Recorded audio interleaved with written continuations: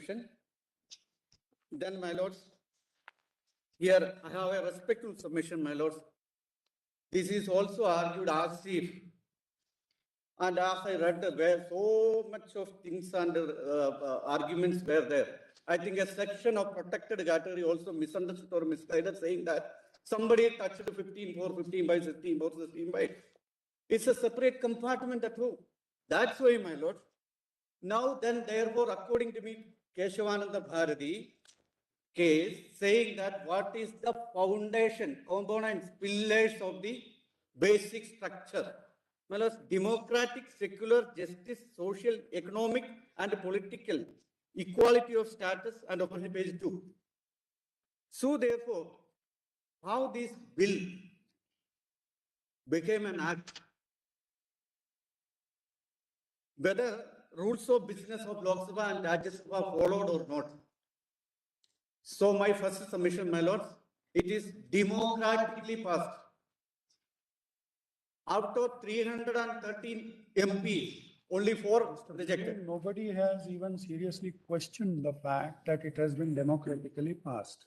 Correct? Why I'm saying, my lords, because there is an allegation arguing that fraud played on constitution. That's all. What is the fraud played is, I also, my lord, with What respect. he said is seriously argued. Correct? Yes. Yes. And my lord, page 2, Kerala State Welfare Corporation for Forwarded Community. Same. Yes, please. Different states are doing this. They are protecting their people. And my lords, Sindhu Commission, my lord, Indira Sani, my lord, kindly note this. Para 800 of Indira Sani says, for the Rishapullers, for any type of people who are suffering, that can be considered as caste or class, and accordingly we can give the reservation. Now here, my lord, Chief Justice asked a particular question, how you are perpetually poor. And others also argued that you take a lottery, then your vote will go. Even I don't have money for taking a lottery. So, my lord, in the first page, see, I highlighted one sentence. My lord, see the middle of that first paragraph. Yes. However, respondent hearing is not against the reservation of anyone. Because of my lord, after last day's argument, somebody asked, Biju, you are only for OBC, against OBC, etc. So we are not saying that. We are saying that once you are asking inclusion in EWS, you have to leave the status, which means if they want to sit on my chair both the time at the same time, that cannot be possible. You come out from the SC compartment, then you be in the EWS. None touched 15 for 15.5, 16 for 16.5. And my lord, next point is, so therefore, my lord, I'm sorry.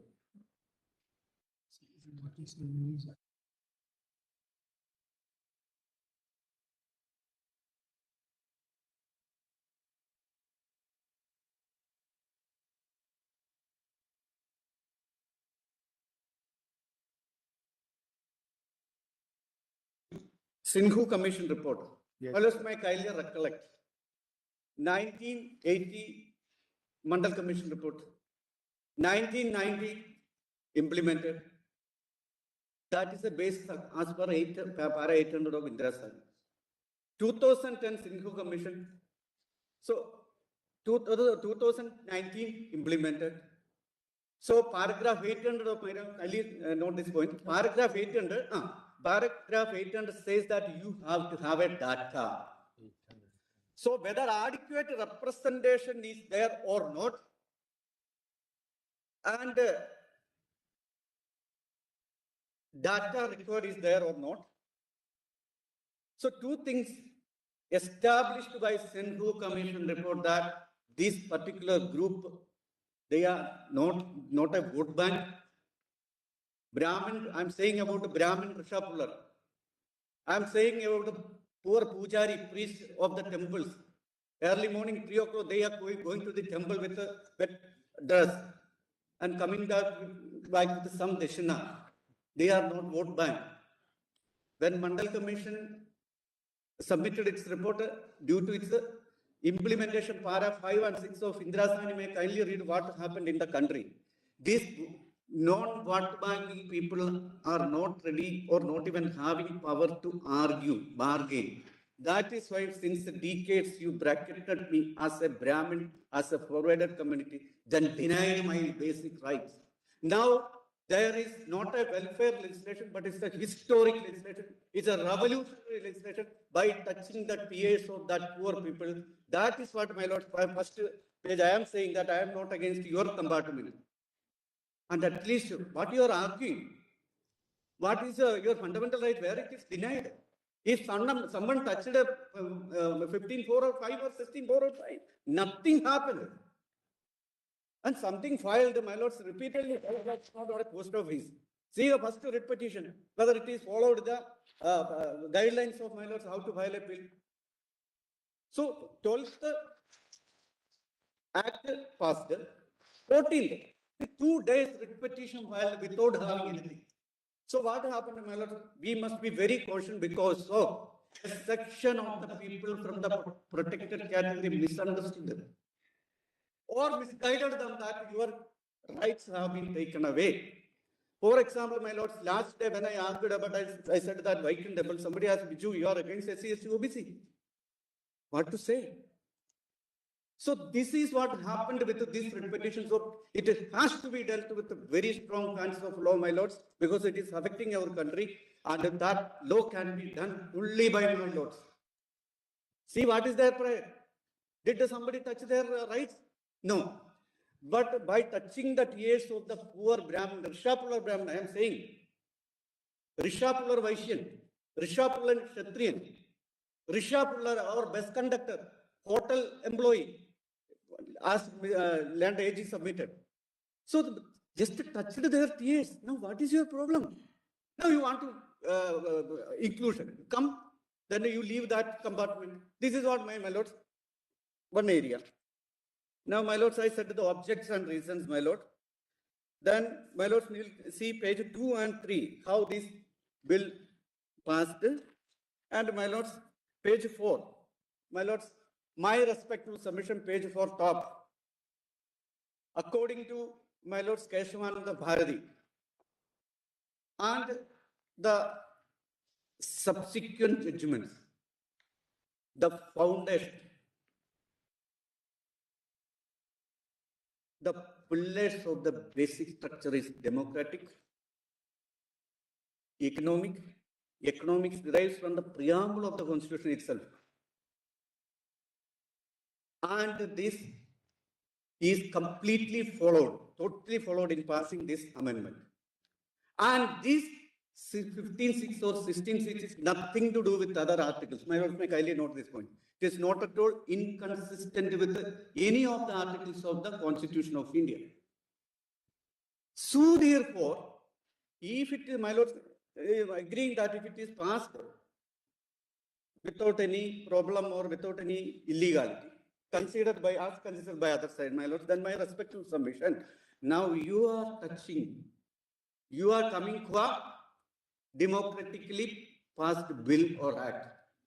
So who is trying to play fraud on Constitution? Not by us, not by this act. So you want? I told you 15 minutes. Yes, my lord. I'm just completing. I'm just completing.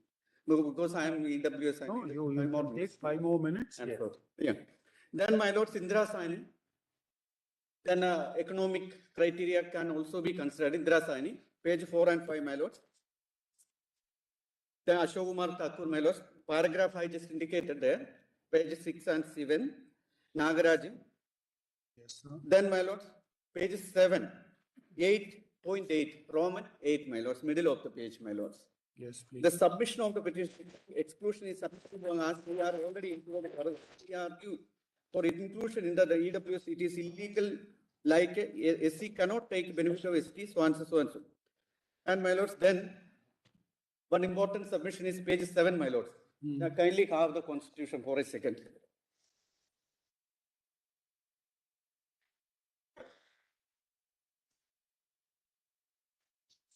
Yes, please.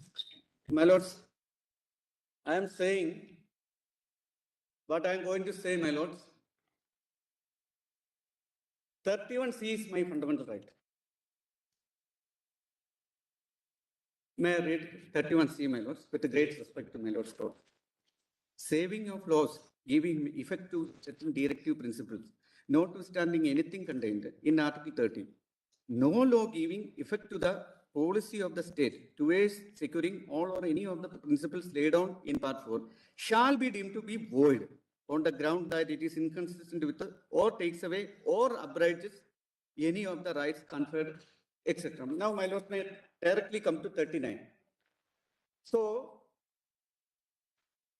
39, B and C especially, my lords. Correct. That the ownership and control of the material resources of the community are so distributed as best to subserve the common good. That the operation of the economic system does not result in the concentration of wealth and means for production of to the common detriment. So, my lords, now see how it is interpreted, this very relation of 31C and 39 is described in Keshavananda Bharat. That is what page 7. 7 to 9, my lord. Now, my lords, I am answering to my lord Chief Justice's question that, my lord, again I am repeating to substantiate this table that none touched your rights. None taken away your rights. It's a special compartment with the available data, with the study report, as there was no adequate representation. The government appointed a commission in 2001 or 2, and that is submitted in 2010. That commission saying that after consulting each and every state government saying that these particular people also has to have some consideration.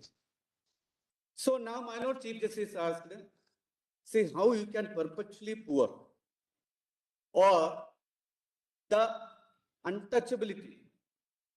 If I am a C, that will continue as a C. So therefore, tomorrow if I become a crowd, even then I am a C. Very well. My lords, that's why my respectful submission, my lords. 51 onwards, in Indira Sani itself, as I indicated, my lords, that perpetual poverty is there.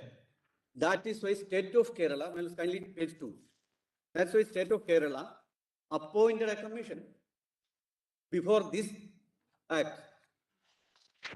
Page 2. The Kerala State Commission for Economically Backward Classes among Forward Community is a statutory commission constituted by the Government of Kerala under the Kerala State Commission for Economically Backward Classes among Forward Communities Act so and so. Under Section 3 of the Act, the Government of Kerala has to constitute the commission with a retired judge of the Honourable Supreme Court or High Court as chairperson with 2 members belonging to forward community having special knowledge in matters relating to forward so and so. So, my lord, my respectful submission, it is not first time. It is some other states also it's there. And therefore, what is my submission is this, my lords. The question is, my lord's question, my lord Chief Justice's question. It is not perpetually you are not poor. But I remember, my lord, I recollect my lord Justice Bhatt's question. You are poor. Your father is poor. Your grandfather is poor. So, my lord, this part 3 is not. I am not Indian citizen at all. Therefore, my lords, what they are having the rights, I want to send my children also to the school. My children also has to get some food, dress. Mr. Biju, please confine to the point. And my lords, my last submission is, my lords, started table. Yes. My lord, page 11, page 10, my lord, this is very important. My lord, just Yes. Yeah, page 10, my lord. What is the result of this particular law is this? We are going to read an area which is a casteless society. This is the only community, according to me, or as per my limited knowledge, my lord, they went to the Chief Minister of Kerala and said, we don't want any caste-based reservation.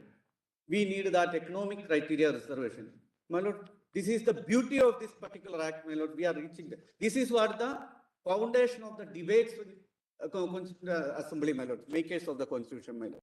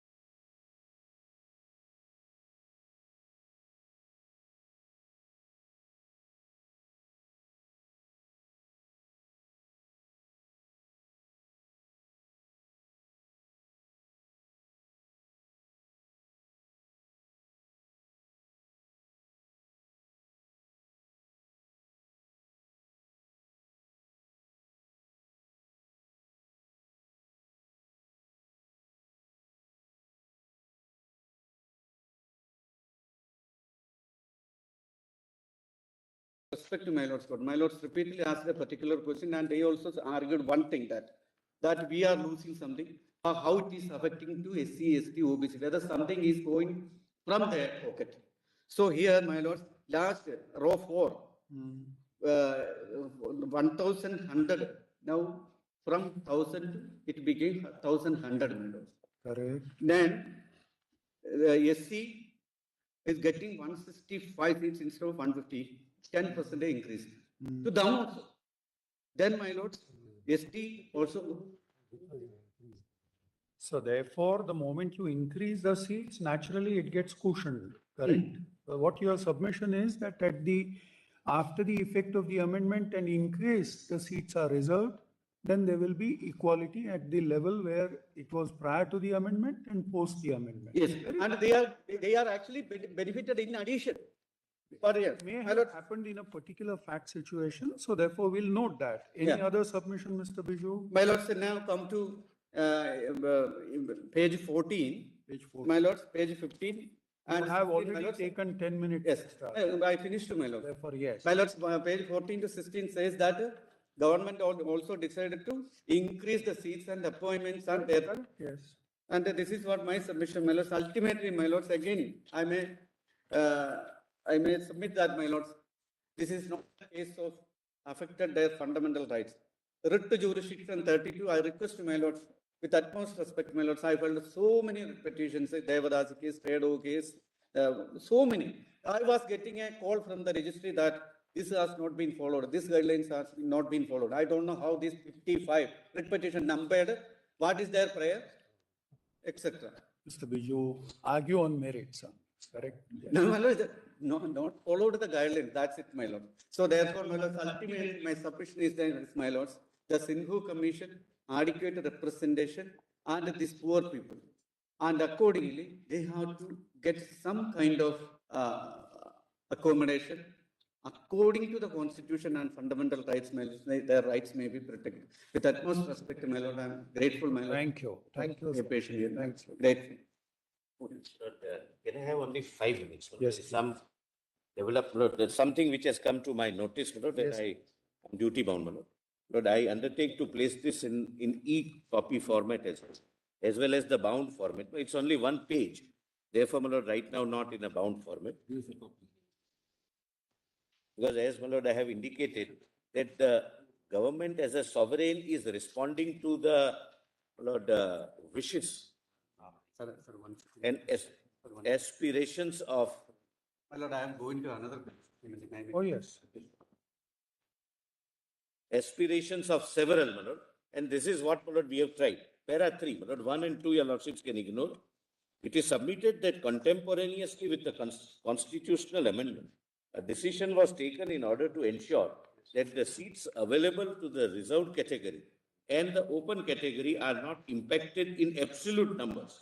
The Department of Higher Education issued orders on 17 January 2019 to all central educational institutions to increase the intake in all branches of study to provide 10% reservation to economically weaker section while protecting the proportionate reservations for scheduled caste, scheduled tribe, and other backward classes, and also not reducing the seat availability in the general category in absolute numbers in the year 2018-19.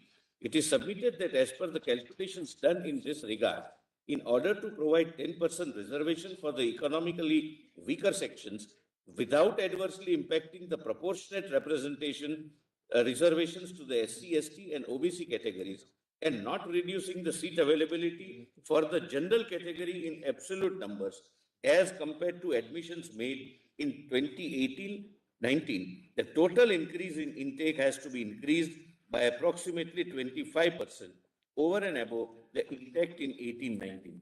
It is submitted that a total of 2,14,766 additional seats were approved to be created in the central educational institutions, and an expenditure of rupees 4,315 crore was approved to be incurred to improve the infrastructure in the higher educational institutions. This is proportionate. Lord, saying Solicitor, correspondingly, I would like you, not right now, to give the data over a period, maybe. your lordships can. Yes, give the data about the number of scholarships available to all people. Number of scholarships. There is a scholarships portal. What I have been able to get is a very limited.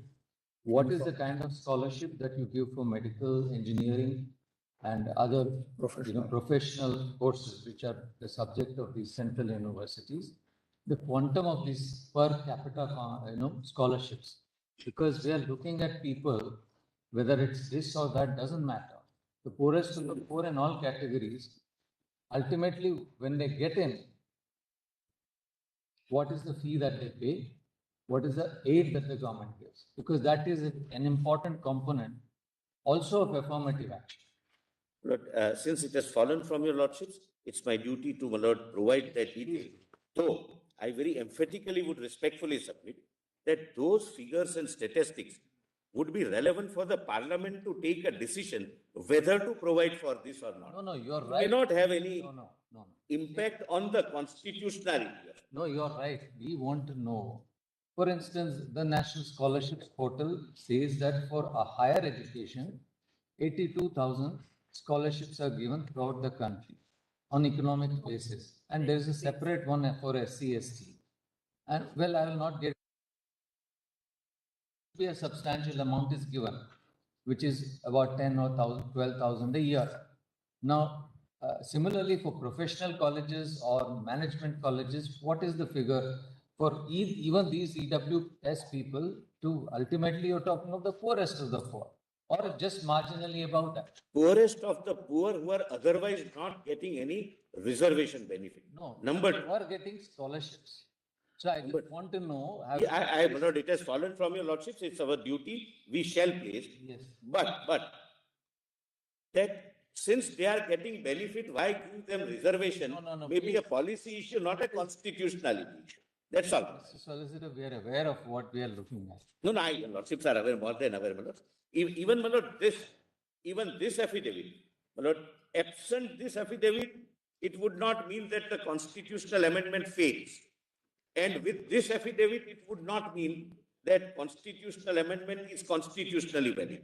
This is for to satisfy your lordship's conscience. If, my lord, there is some my lord, doubt that this might have an impact on the general candidates who are otherwise meritorious. And if your lordships have any doubt that these are three silos, three separate zones, and if your lordships were to take a view that poorest of the poor, even in the first reserved category, should be shifted. One of the economically weaker section, 10% should go there. It would result in two things. A, double reservation in the first category. And B, it would substantially amount to amending the constitution beyond the intent of the legislature. Very well. Thank you, sir. And a scholarship would also be merit-based as well as, my lord, need-based. I'll, my lord, subject to the verification. Sure. And last request, my lord, the learned AG wanted to place a note. My learned AG has not placed any note. My lord, which we will file it by tomorrow. My lord, he is in the process of preparation. I'm seeking my lord's leave. It would be your lordship's question and, lord, possible answers on behalf of the government on constitutional. But I'm grateful. Thank you. Yes, Mr. Ravin.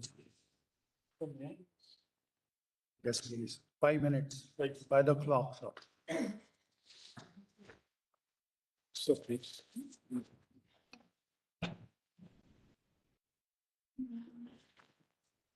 Yeah.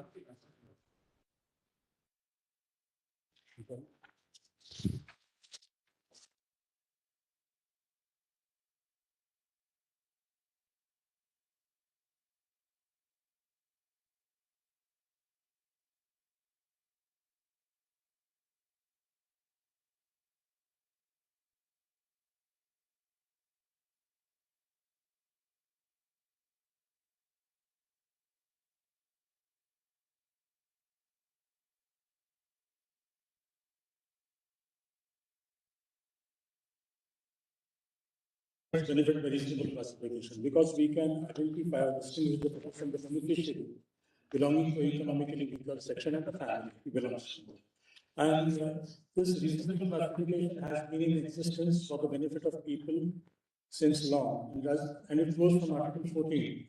So, on that aspect, it is constitution. Now, regarding the matter of reaching the 50% barrier, my very humble submission is that the enabling provisions of the Constitution cannot contradict or override the mandate of a fundamental right. The legislations constituent to 15.4 and 16.4 are class legislations, and they are forbidden by Article 14. They are not in keeping with Article 14. So, to my mind, they are untenable. So, considering them for the 50% reservation is untenable. So, I believe the is not peace. That's my submission, madam. On the issue of 10% fees being awarded and not being given to 16.4 categories, they have a place of reservation. Those candidates from the reserved category have two arenas. One is their arena, the reserved one, and one is the general category arena. They have two places, but the general category person has only one place. So he has been given provision in 10% of that. Now, when this OBC reservation came up, the right of the SC/ST people in the general category was also taken away in that sense. It was held constitutional then. It is, I believe, constitutional now. That's all, man. Thank you. Thank you. Thank you. Yes, Mr. Ravi Kumar.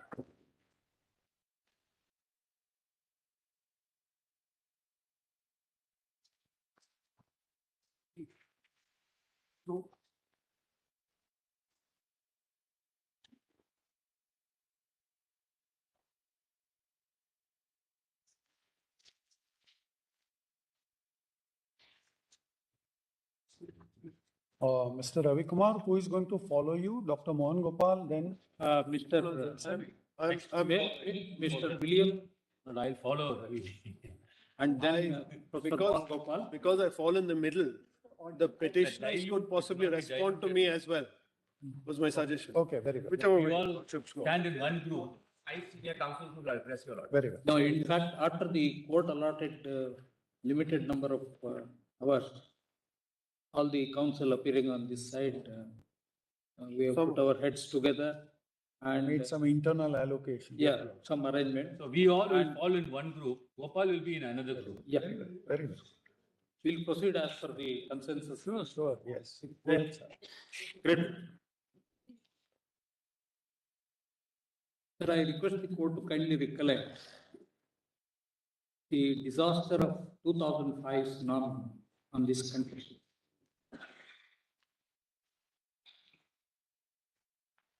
Lakhs of people perished and millions of people were uprooted. So the Indian Navy undertook an exercise to save the persons who were in trouble. So they went around the entire coastal area. In particular, we want to refer to this. Andaman and Nicobar Islands were devastated. And when the Indian Navy went to Andaman, they could find survivors, they rescued them, and they were able to do something, very yeoman service was rendered by it. But when they went to Nicobar Islands, they did not find a single soul on those islands. So they declared that the Nicobaris have perished. It was a very dwindling population. So they declared it. But again, they continued this search. And when, after 4 or 5 days, when they went to Nicobar Islands, to their pleasant surprise, they discovered not a single Nicobari was touched by tsunami. Then inquiries were made. Researchers came to find out how this miracle could happen. Then it so happened, the tribes of Nicobar, they live in such perfect harmony with nature. They could read the minds of the flora and fauna on Nicobar Islands. And when the monkeys started climbing up the hill, all of them climbed up and sat on a very high tree or took shelter somewhere on top of the mountain. Not a single Nicobar tribesman was killed. Why I'm saying this is, they are the most primitive tribes. In India, the tribes and the scheduled tribes particularly, they're essentially classified as scheduled tribes because of their habitat. They live in such far-off places, not touched by civilization. And more importantly, almost all of them, they do not belong to the main race of Caucasians to which the mainland Indians belong. Now, all these races are eliminated. Nicobaris are eliminated, and all the tribes of Assam are eliminated because they are scheduled tribes. I may just give a short this thing. I've given.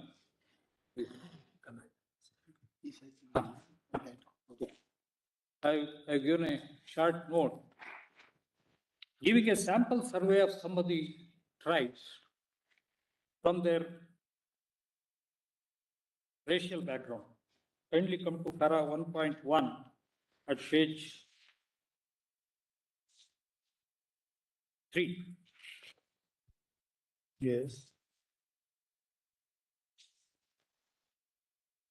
Before I read that, may I request the court to kindly permit me to show who are scheduled castes and who are scheduled tribes. The definition clause may kindly be proposed. Article 366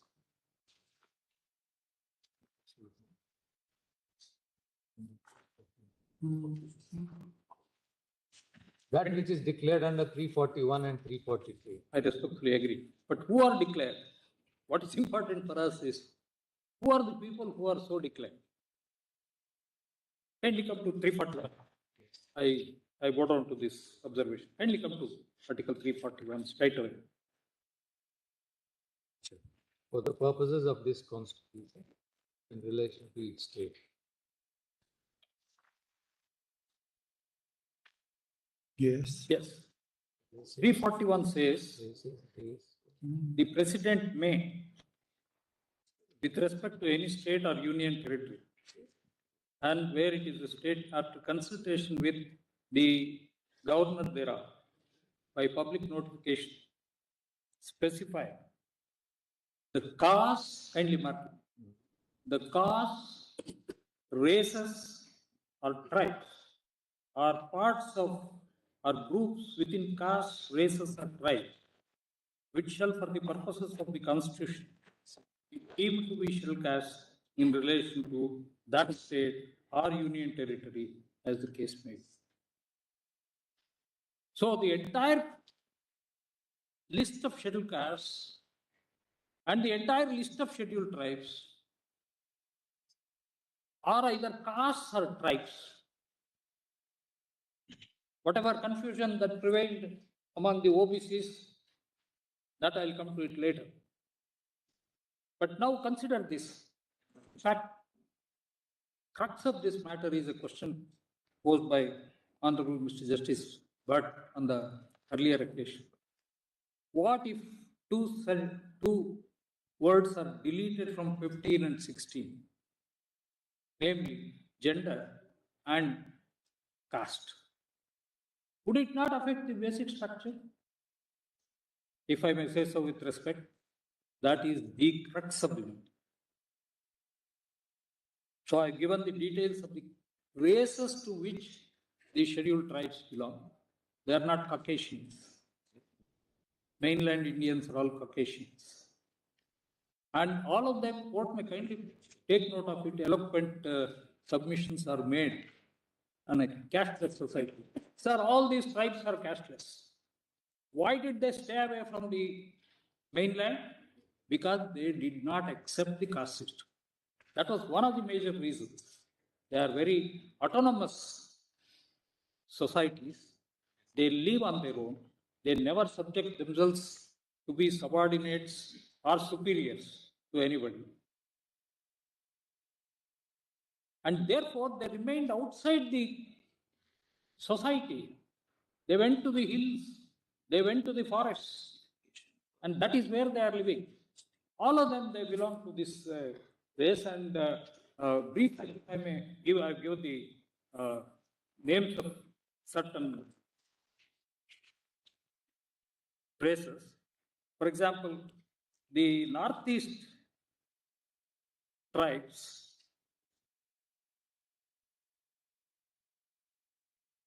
northeast belong to Mongolian race.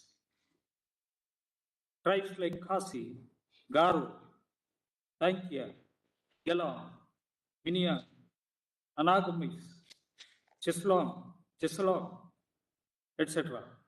And the central tribes, what is very familiar with these tribes, Gonds, Mundas, Santals, Marias, Beals, they belong to Astric race. And the South Indian tribes, like Vettakurubas, Jainakurubas, Soligas, Irulas, Udiyas, Iligas, Kondas, Todas, Kotas, they are from a Dravidian or Negroid or Astric racial features. So just keeping this in mind, kindly permit me to read the prohibition against discrimination under Article 15.1.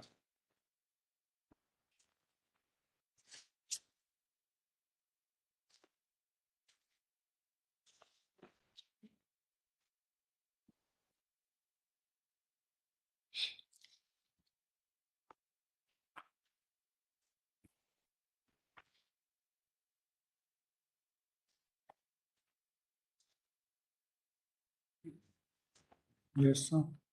The state shall not discriminate against any citizen on grounds only of religion, race, caste, sex, place of birth, or any of it. All these tribes have been eliminated from 15(6) and 16(6) only because of their race. No other factor. Are they not entitled to the benefit of anything that is done in the name of poor? Can they be eliminated? As Justice Bhatt was pleased to ask, can the words sex and caste be deleted from 15(1) for any program? Would it not offend the basic structure? Sir, I fall back upon the impact test. Please lift the veil of this provision.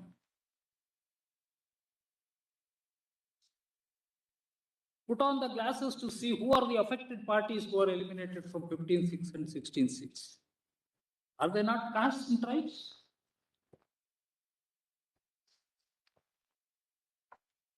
Therefore, my very respectful submission is that question of Honorable Mr. Justice Bhatt is the crux of the matter, and it is a clear indication that these two provisions have destroyed the equality code by allowing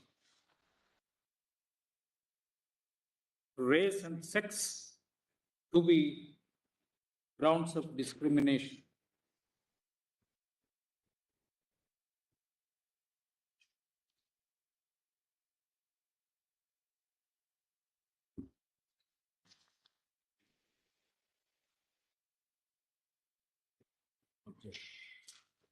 Supposing a similar provision had been made saying that all positions in the Indian Navy or IAS are reserved for men, not for women, because women already have some benefits in 15(3).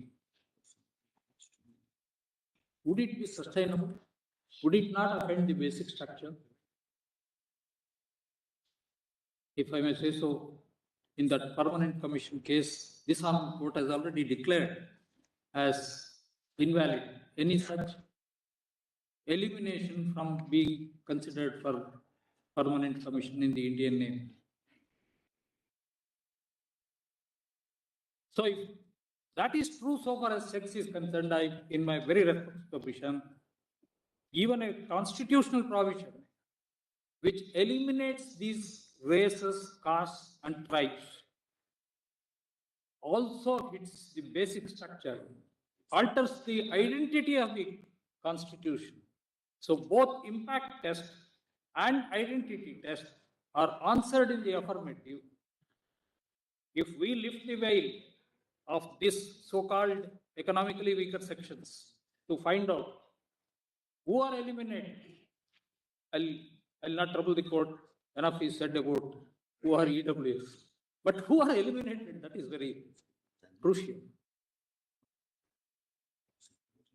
So I therefore very respectfully submit that this answers the test, both impact test as well as the identity test.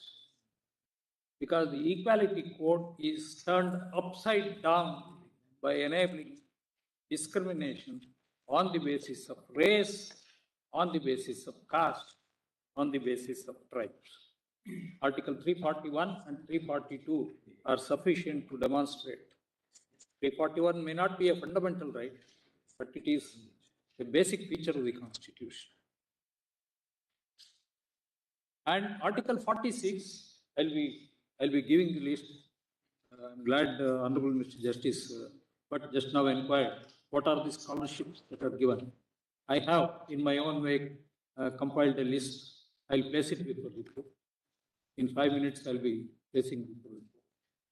So it is not an official list, but it comprehensively enlists all the welfare measures that are taken in the country and in some states also. And I request the court to kindly mark that in not a single case are the scheduled castes, scheduled tribes eliminated. There may be special provisions for them, but in the general welfare provisions, scheduled castes and scheduled tribes are not eliminated, not disqualified. They are eligible to apply, they are eligible to compete, and they are eligible to be given admission or given appointment. It is only under 15(6) and 16(6) that they will not be entitled to either apply or compete for the post or take any such benefit under 15(6) and 16(6).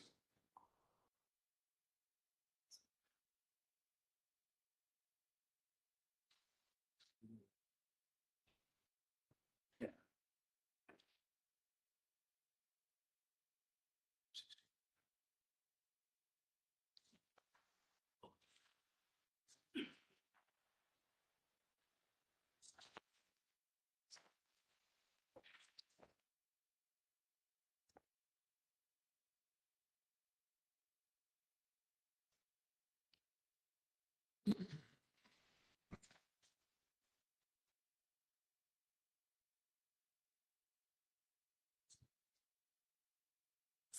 Yes, sir.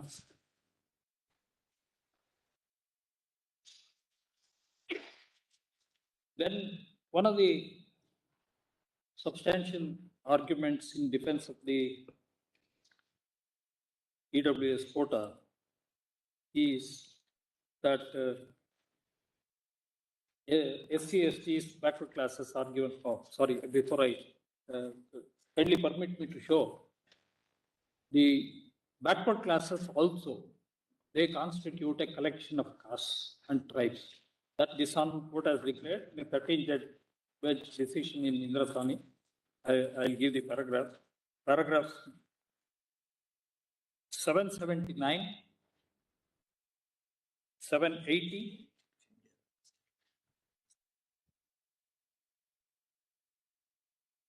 781,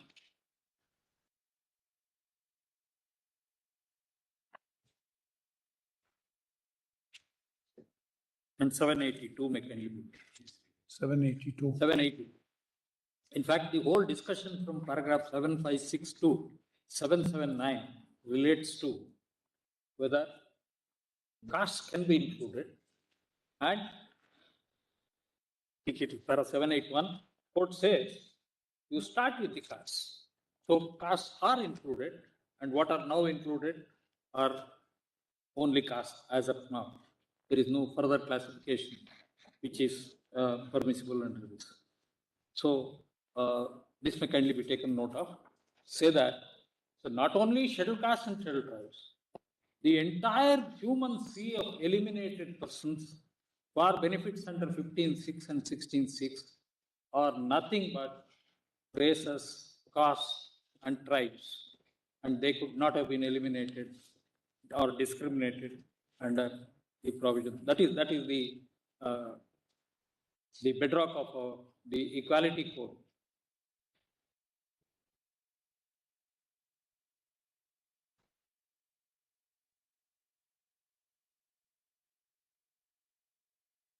Then kindly come to para 1.2. This submission I have made. I have only given a graphic description as to what happened in Champakam Doreraja. Kindly come to para 1.2 at page 4.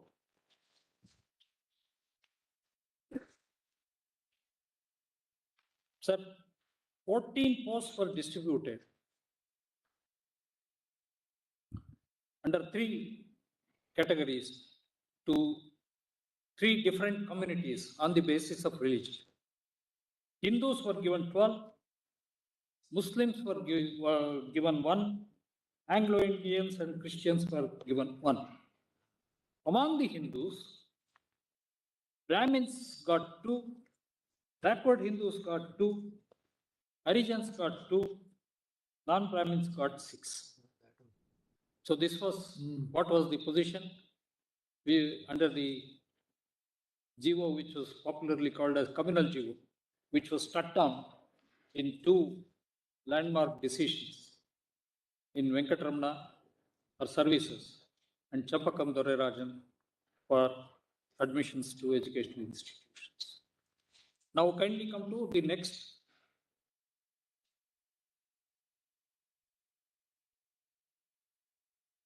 Statement 1.2.2. Now what this amendment has done, it is a very, to put it simply, either applying the impact test, this is what has happened. 100 posts are divided into 5 categories. Scheduled castes, 15 posts. Scheduled tribes, 7.5 posts.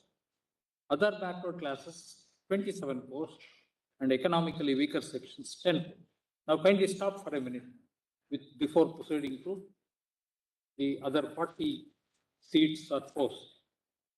Now what are these 60 posts going to be?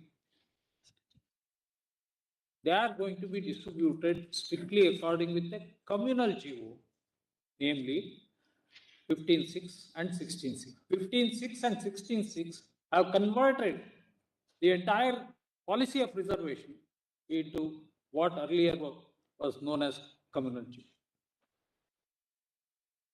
40% may be available, but that by itself will not, as the Honorable Court has repeatedly said, honor the doctrine of equal opportunities. So 60% of the posts to be divided, 50% was already divided in accordance with the Constitution as it stood prior to this amendment. And now the remaining 50% seats are subdivided into 10 and 40, while 10 go exclusively on the basis of. So in my very respectful submission, this is hit by the law declared by this Honorable Court in a 7-judge bench decision in Chappakam and Venkatramana. So for this reason also, this needs to be struck down as ultra vires Article 368.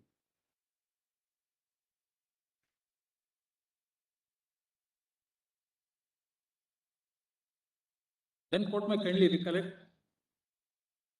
till this point of time, neither the learned Attorney General nor the other counsel who have addressed have provided as to what is the nexus between reservation and poverty. Why should reservation be given?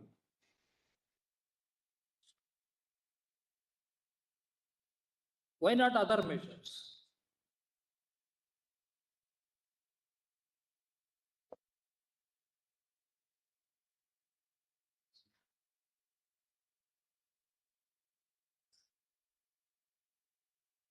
Yes.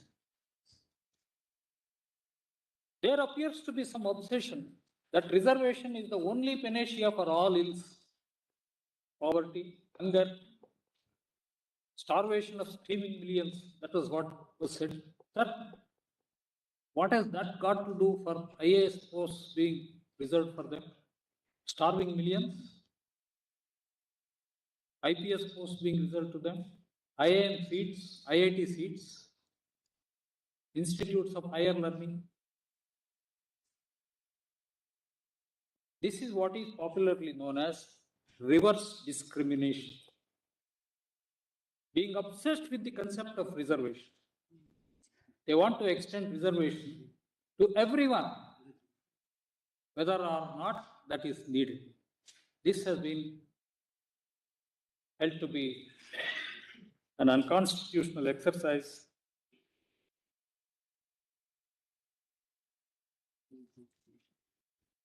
In Ajit Singh 2, the Constitution bench, sorry.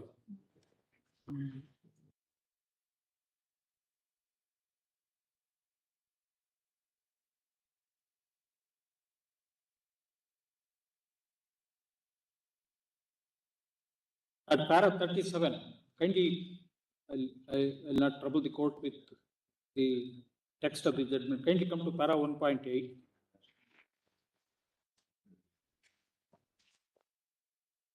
At page 10.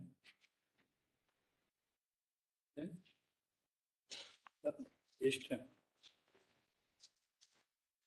Yes.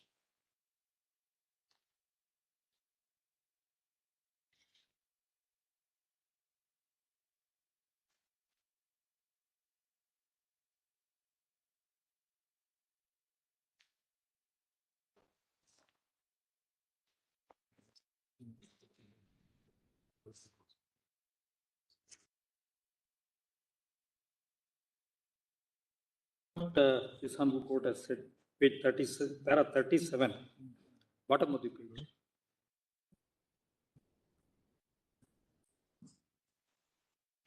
Yes, sir. Kindly come to the bottom of the page. This is Yes. also a constitution bench judgment. Thus, this court has to ensure that in matters relating to affirmative action by the state, the rights under Articles 14 and 16 of the individuals to equality of opportunity are not affected. A reasonable balance has to be struck so that, kindly mark these words, affirmative action does not lead to reverse discrimination. In another case, another constitution bench judgment, of course, it is a, I think, dissenting opinion, but the words used may kindly be appreciated. It says, such decisions should not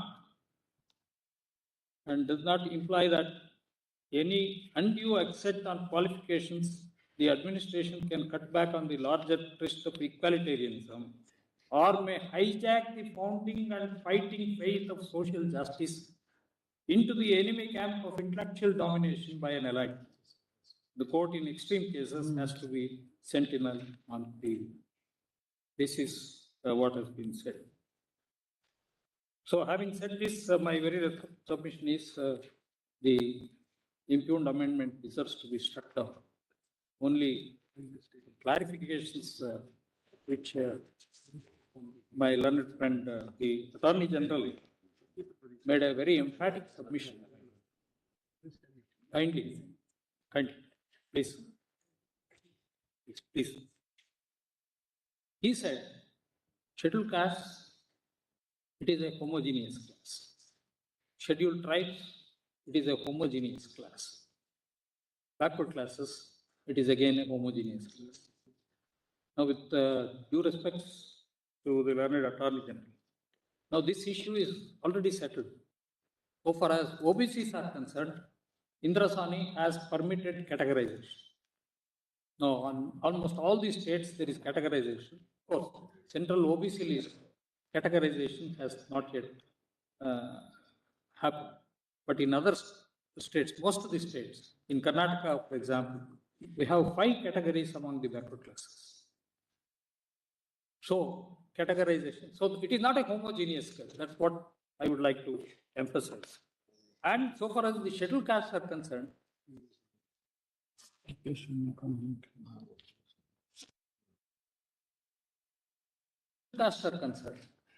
court may kindly recollect, as early as in 1965, a committee was appointed by Government of India to go into the working conditions and the problems of scheduled castes and scheduled. They recognized the fact that this is not a homogeneous group and therefore deserves to be differentially treated. That has not happened. Be that as it may, in the latest case of Devendra Singh, 2022 SEC, page 1, 2020. Okay.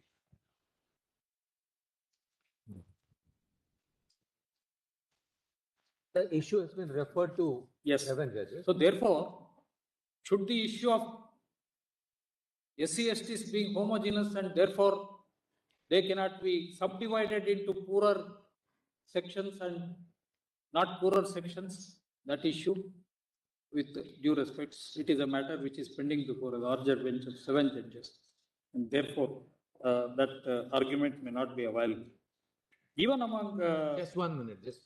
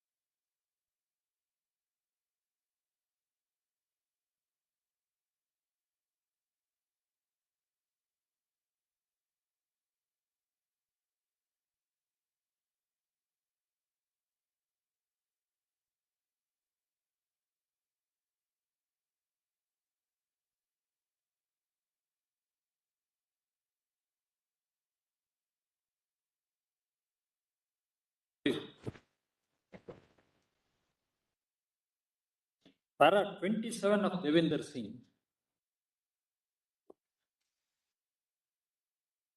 has declared that creamy layer may be eliminated from scheduled castes. And about subclassification, the entire case law is reviewed. In particular, Indrasani is followed, Jarnail Singh is referred to, and then the court says that subclassification is permissible. Paragraphs 35, 42,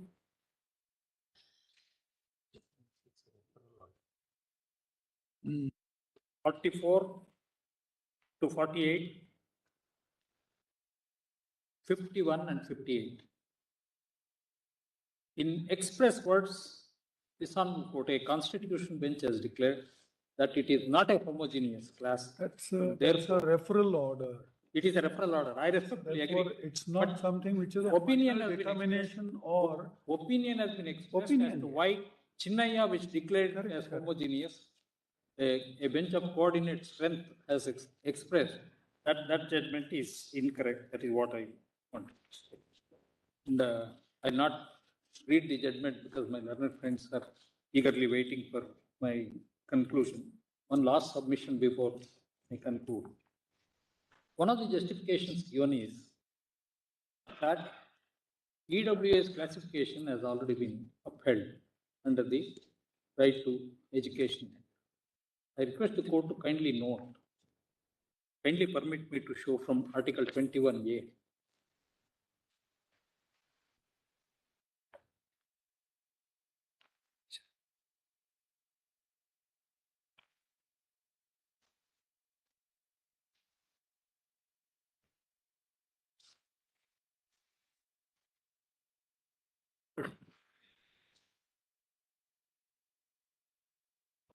Yes.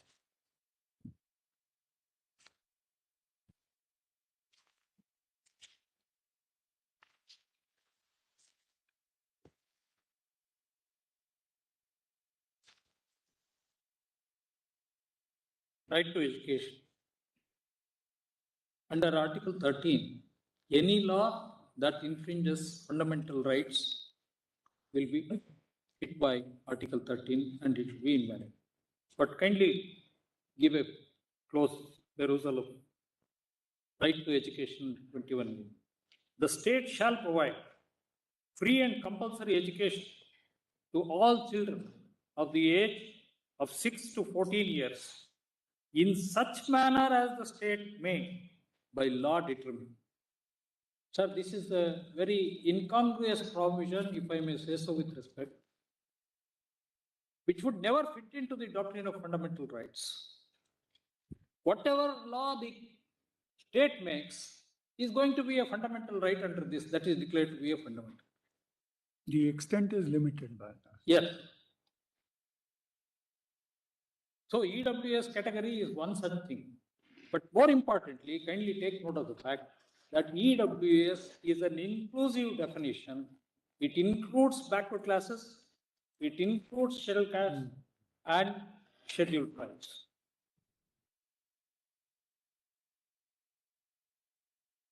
Article 45 as it stood before this amendment, kindly appreciate the fact. In the entire constitution is, Ramati cannot be relied on as an authority to say EWS is. And now I have received the compilations. May I just pass on? Yes, please.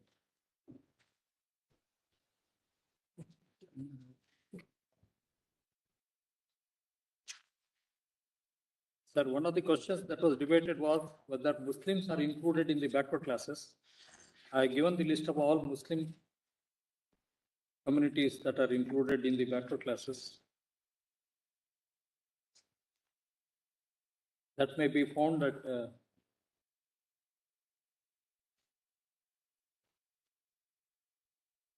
page 42. All the Muslim sections that are included is at page 42.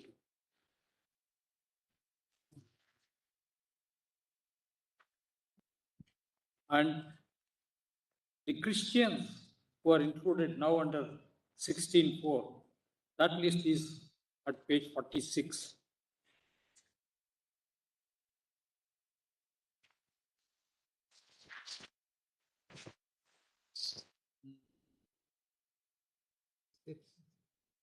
I've also given a tabular statement regarding the number of castes that are subsequently added after the original notification of 10/9/1993 to the list of backward classes. Kindly come back to page 38.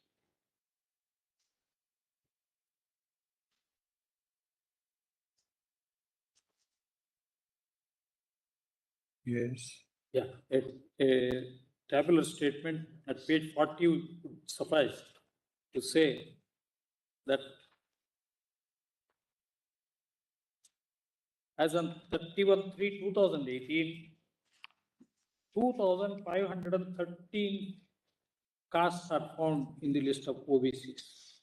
Of them, 775 castes are newly added subsequent to the judgment of Indrasami. Please. Then to answer the query of Justice Bhatt, I have placed all the welfare measures that are in operation under Government of India schemes. A large number of them relate to, kindly mark it, education, higher education, skill development.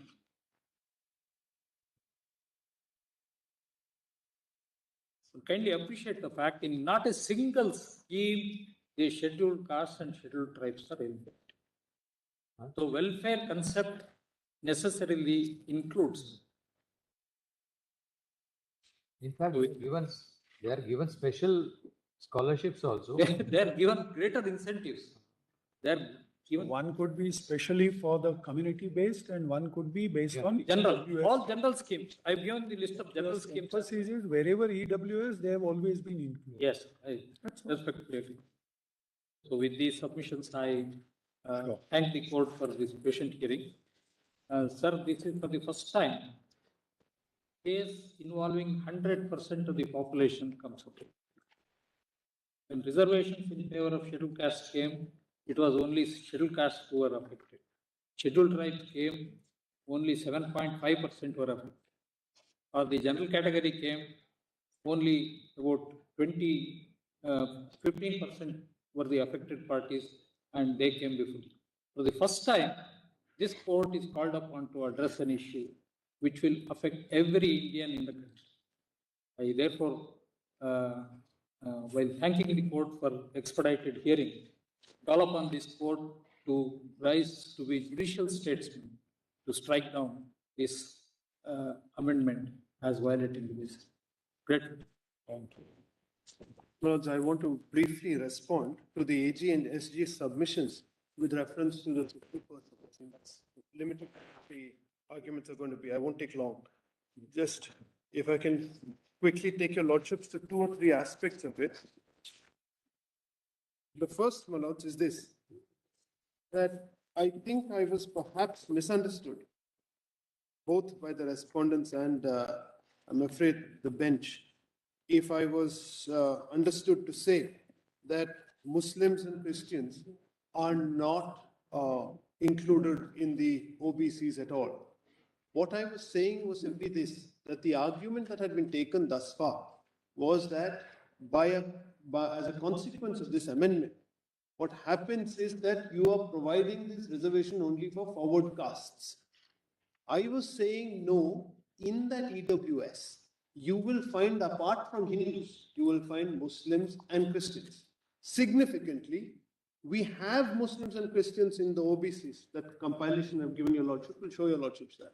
But we don't have them in the SCs and STs. In the SCs, we don't. And that's why both the 2 commissions which I mentioned earlier, I have in that small compilation I've just handed up. Just give this. I've put the terms of reference of the Sachar committee as well as the terms of reference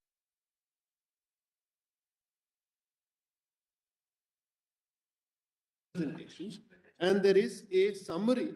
I must say that these committee reports have not been accepted formally by the government. In fact, on Thursday, Mr. Tahir Mahmood, writing in the Hindustan Times, said he is the only living surviving member of the Ranganath Mishra Committee, and he wanted to set right the record that appeared to be there, that the Ranganath Mishra Committee's report had been rejected by the government.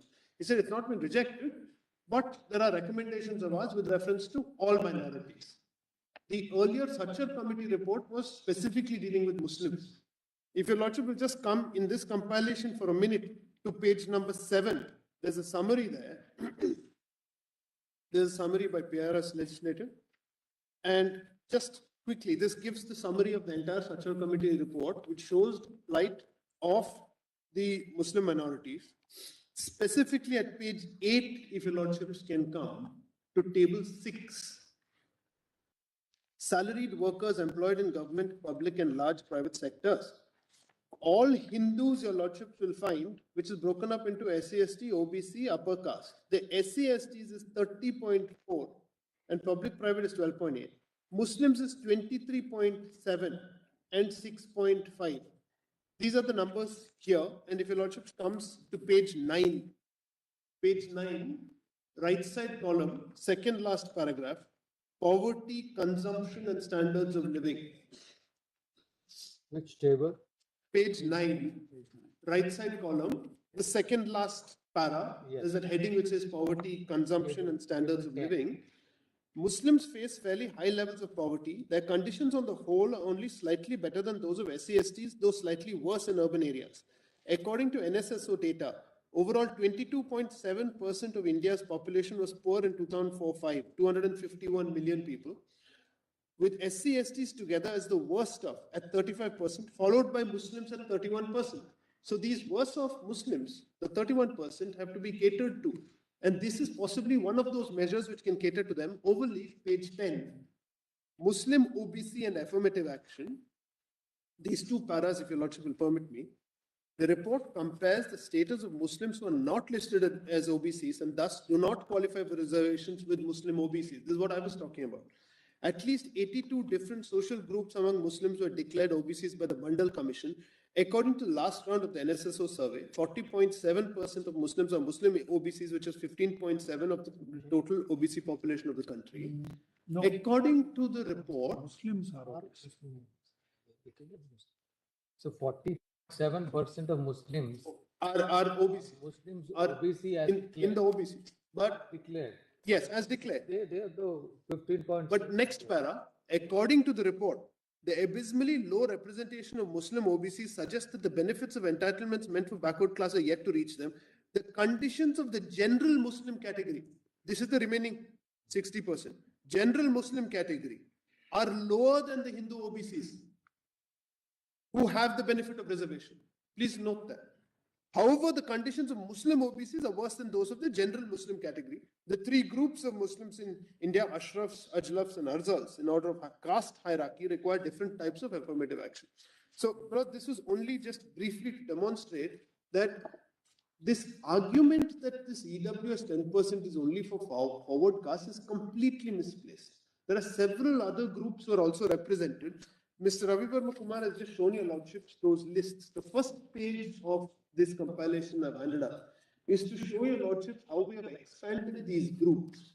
I don't think he was right in saying that, look, this is a discrimination on a race basis that is happening, or a gender basis, or a tribe basis, which are the three phrases he used, saying Article 14 is violated, because your Lordships know that, for example, the Menas in Rajasthan are an ST group. Now, this is not based on a racial characteristic. They are not considered Mongoloid or anything else. It is based on being added. If your Lordship sees these three boxes at the very top, it shows from 1950 till now, we have increased these groups from 247 to 736 among the STs, not on a tribal basis or a racial basis. This is the basis of backwardness, and they are tribal groups, not on a racial basis. I re-emphasize, because that was the argument with this started from that example in Nicobar. 318 SC groups has come to 1,283. One has reservations about these. Yes. Because the matrix which is employed for putting a community in an SC or in a, because there's a Yes. separate lists. Yes. They're entirely different. There are Yes. anthropological, ethnographic studies, Yes, I don't think we are equipped to get into. absolutely. That's exactly what my submission. Nor are we in a position to say that increase or decrease is. I'm not saying that. I'm So I completely, don't think this. I'm completely accepting what your lordships are saying. Therefore, race can't be the basis on which No, your your lordship will submission proceed. that 10% is not meant for forwards alone. Yes. Is certainly. That's the submission. That's the point. And now, if your lordship, no, I'm saying that therefore race can't be the basis for us to proceed in examining this. Your point is taken. Yes. The point which is being emphasized, argued by Professor Verma also, Ravi Kumar Verma sir today, Yes. and earlier council also. This is that exclusion, Yes. SC, ST and OBC, Yes. that the persons. Correct. 16.4 and 5, Yes. 15.4 and 5, out of this 10%, Correct. that is the problem. Yes, that is the the point. point. See, No, that just is- to illustrate, just to illustrate what I'm saying, Yes. whatever communities are OBC, and Yes. you pointedly mentioned Muslims. Yes. The interpretation which more or less both of you suggest, Yes. both sides seem to Yes. suggest, is the other than means that 14 categories, that such of them who are in these 40% of these who are in the OBC, Yes. they are excluded from consideration. Yes. That is the one which is. Yes, attacked. that seems to be what they have. Now, if your lordship will pick up this chart, this is to compare the position prior to this amendment and post the amendment, because your lordships may note that the AG very specifically, and the SGs have adopted this, said that this additional 10% falls in a separate compartment. Therefore, your lordship will recall when I argued, there was a soft option and the hard option in the addition to the existing reservations. Your lordship were kind enough to suggest that, look, maybe the soft option can be adopted. The position the government has been taken is to put an obstacle there and say no. The SC, ST, OBCs are essentially untouched. It's a separate compartment where you have a 50% ceiling limit. Over and above, separate from that, separate but equal, you have this 10% which is for a EWS. In my view, if compartmentalization of this nature is permitted, we are effectively going to go back to a Champakam kind of situation where you're going to compartmentalize each group and say that we have compartmentalized. I don't believe compartmentalization is at all a phrase that you can use when you're dealing with enabling provisions like this. Because the minute you add this compartment, it takes it above 50%. And then tomorrow when they come with an additional compartment, they will call it a compartment, have a vertical reservation for another group. It may be some other disadvantaged group, and this compartment argument will be used to take it all the way to 90%. Take a look at the effect today of this chart.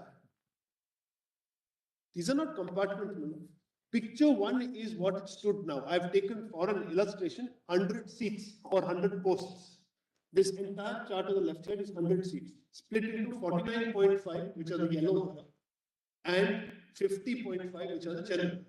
I put the horizontal reservation, that's the women, that's W. EX is ex-servicemen, and PWD is persons with disabilities. This, sorry, Mr. Shankar. Yes. To interrupt you, sorry. Yes. Even this may not be Correct. correctly A depiction depicting the of it. position which is existing. Compartmentalization as such you can't deny. So far as SC, ST and OBC, in that 49.5% also, there is compartments, sir. There are compartments. No, I'm not done. The SC is not well. Cannot get a reservation of 2 and so on, right? Yes. So those compartments are indeed there. EWS also as conceived. Yes, This is a compartment. yes, Obviously, we have to take it to be a compartment. What Yes. we are saying is, sir, that the focus of this entire debate ultimately would be whether it hits, whether it affects, whether it alters the basic structure or not. precisely. So let us concentrate on I'm- that. All these statistics may not ultimately. Which is- see on the matter, that is what we feel. Which is precisely what I'm doing. I'm explaining that the argument today in an enabling provision under the Constitution is only between reserved and unreserved. That's all. Creating an artificial classification in among them, saying that compartment for OBC, compartment for SC, compartment for ST, and compartment for EWS, and arguing, and this was their argument, that 3 of these compartments can go up to 50%, The fourth compartment is a separate compartment is no argument at all.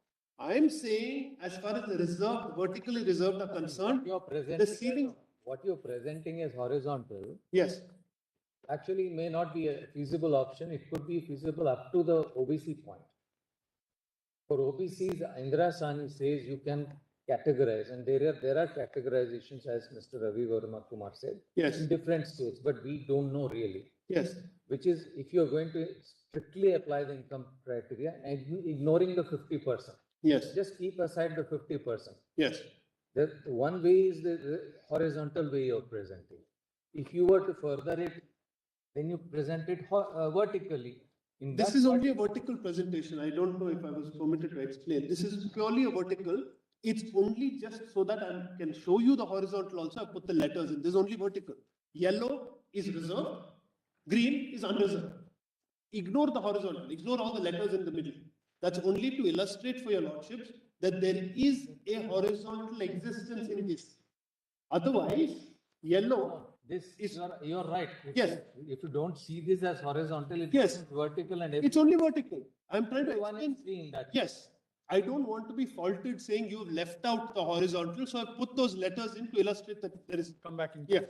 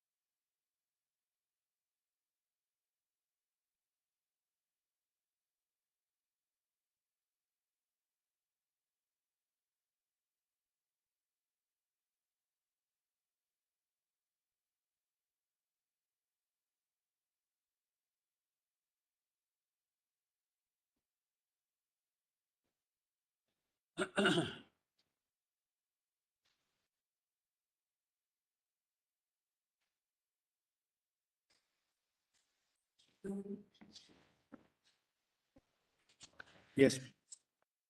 But I was just pointing out that your lordship may ignore the Ws, the EXs and the PWDs. That's only to illustrate that those are the horizontal classifications illustratively. That's all. But it's a vertical classification that is illustrated here. The yellow are the reserved, the green are the unreserved.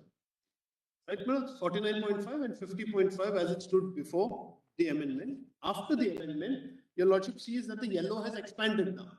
Following what fell from the government, they say that the 10% is an additional compartment over and above. So it becomes 59.5 effectively. I'm just taking these numbers can't be used by me as permanent. I'm just taking what they said. They have said that we are not touching the OBC, CST compartments and those numbers. And now that affidavit shows that even on the ground, as far as the postal seats are concerned, they are keeping it limited so that those numbers don't get disturbed. On the right side, if your lordship sees the consequence now, in the green, that number has shrunk to 40.5%. In that pool of 40.5, please note who all are included, that key at the bottom right hand. Hindus who are non-OBC SC/STs are included there. Muslims, Christians who are non-OBCs are included there. So just to illustrate that this is not a caste issue at all. Other religions, whoever they may be, are included there. Meritorious OBC SC/STs, that is those who are in the yellow but following the Sabharwal principle who have merit, they will be calculated here. They won't be calculated there. So you are trotting on their toes itself by bringing the 10% in there. I hope I'm making myself clear. Correct, yes. And meritorious EWS. Now that you brought this EWS in, if there is an EWS person who is making it on his or her own merit, that person will also be here in the green. Therefore, all of these people are in the green and they have been shrunk. Now the argument, and I think the Solicitor General put it across quite strongly and I think accurately about the basic structure violation needing to be something that is quite extreme, that is shocking, unconscionable. It can't be just a mere violation of equality. And the question therefore arises, is this 50% violation something so shocking and unconscionable? Then you're starting from your previous argument. That I am 50% is a hard. I am adopting the same. I am saying it is shocking and unconscionable. I'm explaining why it is shocking and unconscionable. Not only have your lordships in two judgments expressly in the context of a constitutional amendment said so. Justice Maheshwari pointed out para 120 of Nagaraj, to which there is no answer still. Nagaraj says that 50% is a controlling limit. In Krishnamurti, again with 243D and 243T, 50% was brought in, again as a ceiling limit. Those ceiling limits were brought in the context of constitutional amendments. So your lordships already in 2 benches of 5 have said that is the standard. Your lordships have said that. In addition, the Attorney General's written submission that your lordships will take, I'll just read out one sentence from page 13, where he said, this is para 23. Para 23, page 13, if your lordship don't have it ready at hand, I'll read it out. Yes. Based on these very arguments, is referring to Chinnaya, one would be entitled to contend that the words other than the classes mentioned in clause 4 and 5 in article 15.6 and the words, which page you said? It's page 12, bottom, going into page 13, para 23, I'm sorry. Based on these very arguments, one would be entitled to contend that the words other than the classes mentioned 4 and 5 and 15.6 and other than the classes mentioned in clause 4 and 16.6 cannot possibly be invoked to seek the same reservation as the one extended to the EWS forming part of the general category. In case a similar reservation was to be extended for the EWS and the backward classes, the reservation would then automatically exceed the 50% limit, and this would be counterproductive since the argument of the repetition is that exceeding 50% would damage the basic structure of the Constitution. So even this argument acknowledges the fact of the basic structure would happen even if it was 50%, therefore, it was therefore that the words other than the classes mentioned in should be enacted while conferring the benefit of reservation in the EWS general category.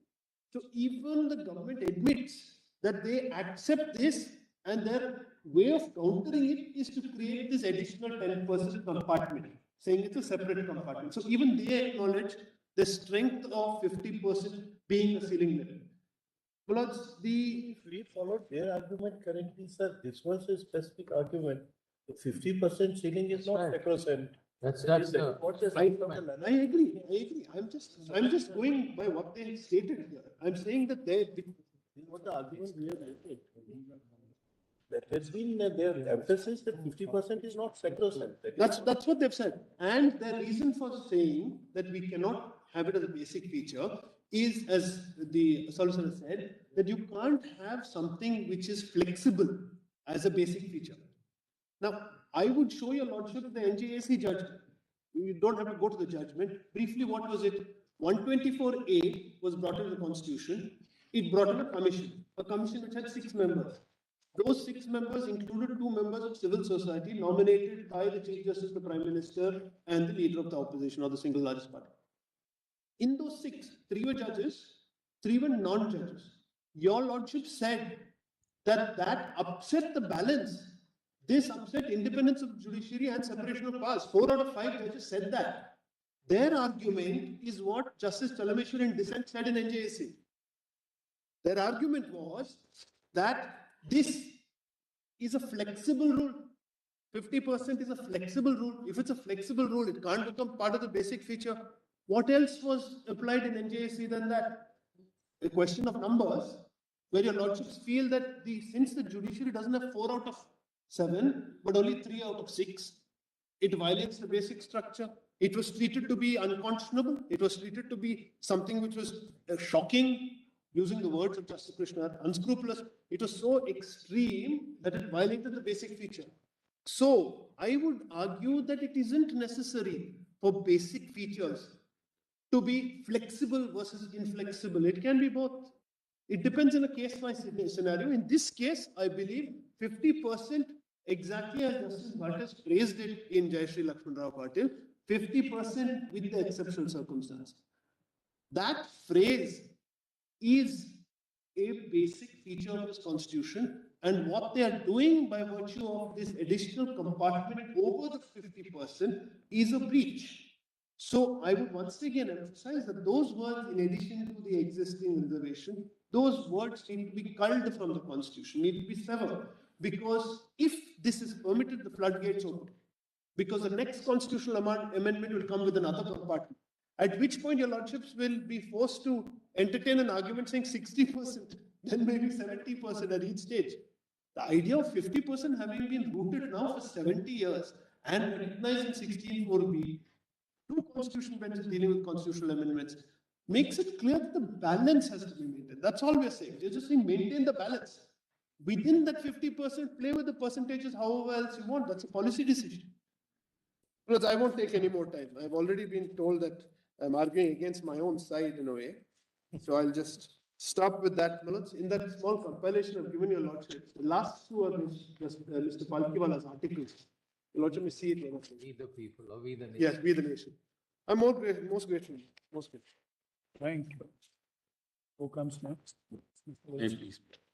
Lord, I have prepared a compilation, Lord, which contains, Lord, the written submission which I already filed. What it means is that every succeeding council is again, giving us compilation after compilation. No, my Lord, that is, That makes our task So- difficult, but not that I'm opposing or coming in there. I'm not giving, Lord, 60 pages or 100 pages. How which do the we respond? Solicitor General gave us. We respond. He took us by surprise. Lord, to cut short our, Lord, submissions, what I have done is, Lord, whatever I have given earlier, I have made it as a compilation. It's not something new. The Lordship sees, Lord, annexure. 11-page, Lord, I'll tell you, Lordship. Lord, my written submission, which was given earlier, is annexure P. Before you begin, the art of responding doesn't mean that you write down beforehand and down. When Golaknath was argued here, I am told, Yes. it was argued only for 3 weeks.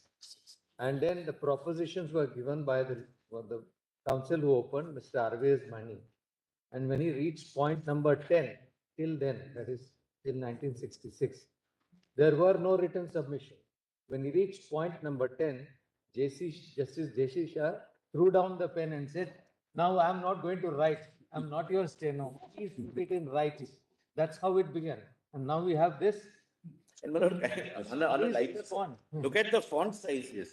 Your Lordship, Oh, my lord, that there are less number of. That had been Lord, asked in so far as- every learned council. Yes. That this insurance policy fonts. But if I follow, Difficult, sir, you. if I follow Mr. Tushar Mehta, then I have to give him, Lord, at least 10 pages. I read. 14, we said 3 pages and that, Yes. that was Yes. your outline. Now this is 14.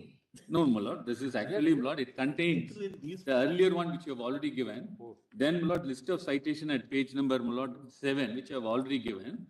And rejoinder, my lord, if your lordship sees only, my lord, 6 pages. We will, perhaps, I think we'll have to take a call, whether we go by your original submissions. No, my lord, this is only a reply. My lord, we are only, my lord, we are giving a rejoinder, my lord, to whatever they have made submission, because lot of submissions have been made. My lord, this is not a case as my lord Ravi Verma said. We'll again call upon all the councils Yes. to put in the rejoinder submissions in not exceeding 3 pages. Yes, my lord. Lord, if your lordship sees, greatly obliged. Yes. Lord, we wanted, 14. No? You must also do some bit of homework rather than Yes, Lord. put it pure. Lord, this, I yes. have not tendered at that time. I have only a 3-page submission that. Whatever, yes. I have done that elaborated part of extracting the paragraphs from judgment and the rejoinder is. Ms. placed Arora, at the end. whatever you said Together. that day, the 3 pages exceeded that. So we have noted whatever you said, the paragraphs, everything is there. Yes. Your para Because we've 102, explained it, if para my lords 3, find it so- convenient, That is- my lords may use it. If my lords feel that it's not Lord. necessary, my lords may not look at it. But for the purpose of convenience, it's tabulated, it's with footnotes, with paragraph. Well, I tell you one thing, Mr. Arora, with due respect. Yesterday, I was looking at one of the judgments of this court, Pramati. Pramati is a 48 paragraph judgment. 283 pages just have gone into these written submissions. That's correct, my lords, absolutely. My lords, we had judgments, if my lords will look at the earlier years, only in 6 pages or 8 pages and laid down the. Look at Champagam Dorai Rajan, just And about then, 4 pages. my lords, Indira Sani was like a volume and then others We were a understand. volume. So my lords, we have also kind of evolved accordingly. Goes in argument, 40%. Lord, in fact, We have not. Lord, as Mr. Ravi Verma said, Lord, this is concerning, Lord, the whole lot of population. Very well, let's not waste time, Yes. sir. Go ahead. Lord, Lord should kindly see, Lord, this amendment 103, Lord, constitutional amendment, Lord, puts us a status quo ante. What, Lord, the reservation brought, Lord, so far as, Lord, the oppressed and depressed class, Lord, recognizing, Lord, that they were kept away from the mainstream to offset, Lord, the social discrimination and, Lord, to see that the inequality is being taken away. Now, Lord, this 103rd constitutional amendment, Lord, puts really, my lord, us back, my lord, to the pre-constitutional stage. My lord, in fact, the Indira Savani case itself clearly says, my lord, any reservation on economic criteria, my lord, will lead to a virtual deletion of Article 15.4 and 16.4. That was a caution struck, my lord, not, my lord, simply, my lord, there was any observation. There was a EWS, my lord, reservation given on the basis of an office memorandum. But what was interpreted, Lord, is Article 14, 15, and 16. Lord, that is what I wanted to remind, Lord, this bench.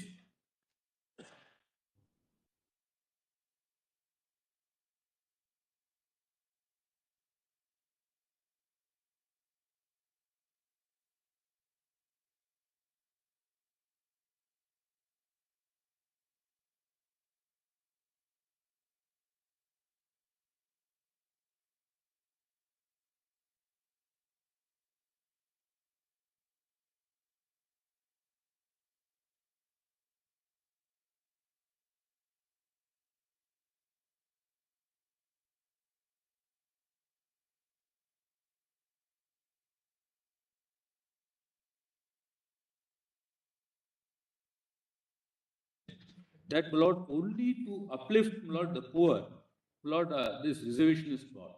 Lord, there is no dispute. But the question is, Lord, can they be uplifted, Lord, through this reservation? Lord, the answer, Lord, is an emphatic no, because reservation, Lord, is not a poverty alleviation program. Lord, that has been already decided. And, Lord, indigence also is not a basis for reservation. Lord, one important document, Lord, which the Solicitor General and Learned Attorney General relied upon, Lord, is Sino Commission. Lord, in fact, Sino Commission, Lord, did not support them at all. Lord, if your Lordship, Lord, I have gone through the Sino Commission thoroughly. Not only Sino Commission, Lord, and also this NSSO report. If your Lordship sees, Lord, the Sino Commission itself did not recommend for any reservation.